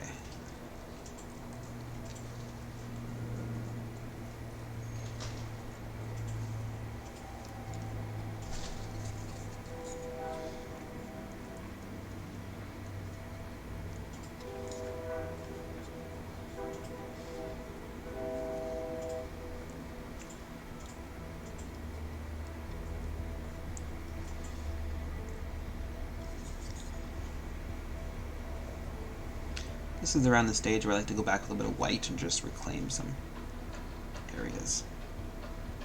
Just have some almost pure white tips. Just like these guys right here.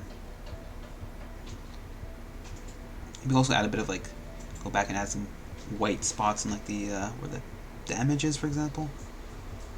Add a bit more character to it.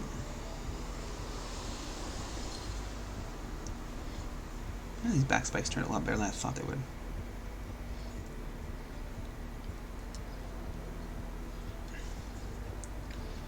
I think it's kind of the shape that kind of lend well to this kind of method, because it all slopes down, right? So it pools more there, which is exactly what I want.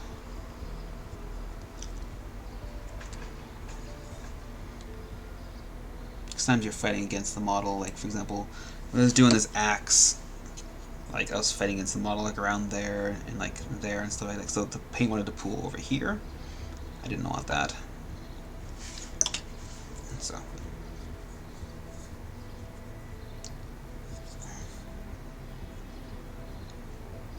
Okay.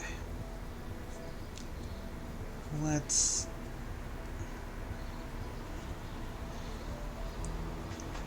add some white in a minute once I've done this. Ooh. Hopefully it misses one side over here.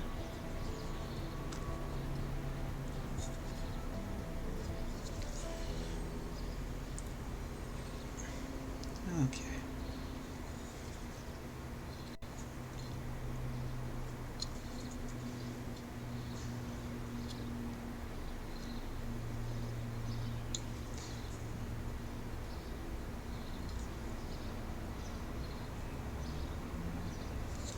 Okay. Let's clean my brush thoroughly and then do some white spots and I'll be done for today.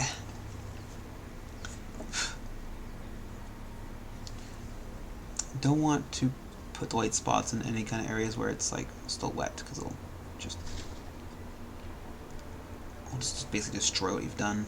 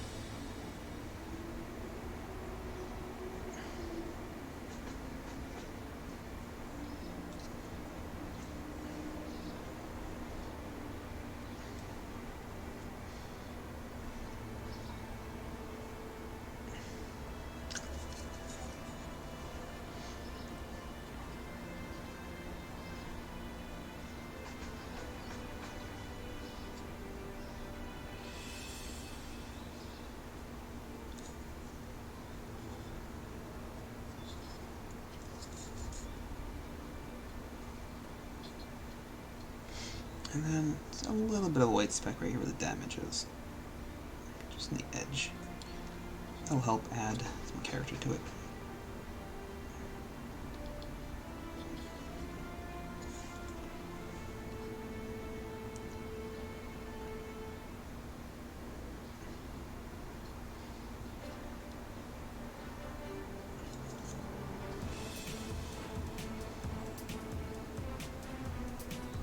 Okay. And that is that. So, hope you guys like that. Pretty nifty effect for her and the rest of the Chaos Band. Alright. Thank you so much for watching. I'll be finishing her up tomorrow at 4 o'clock. Hopefully see you guys there. Alright. Have a good one.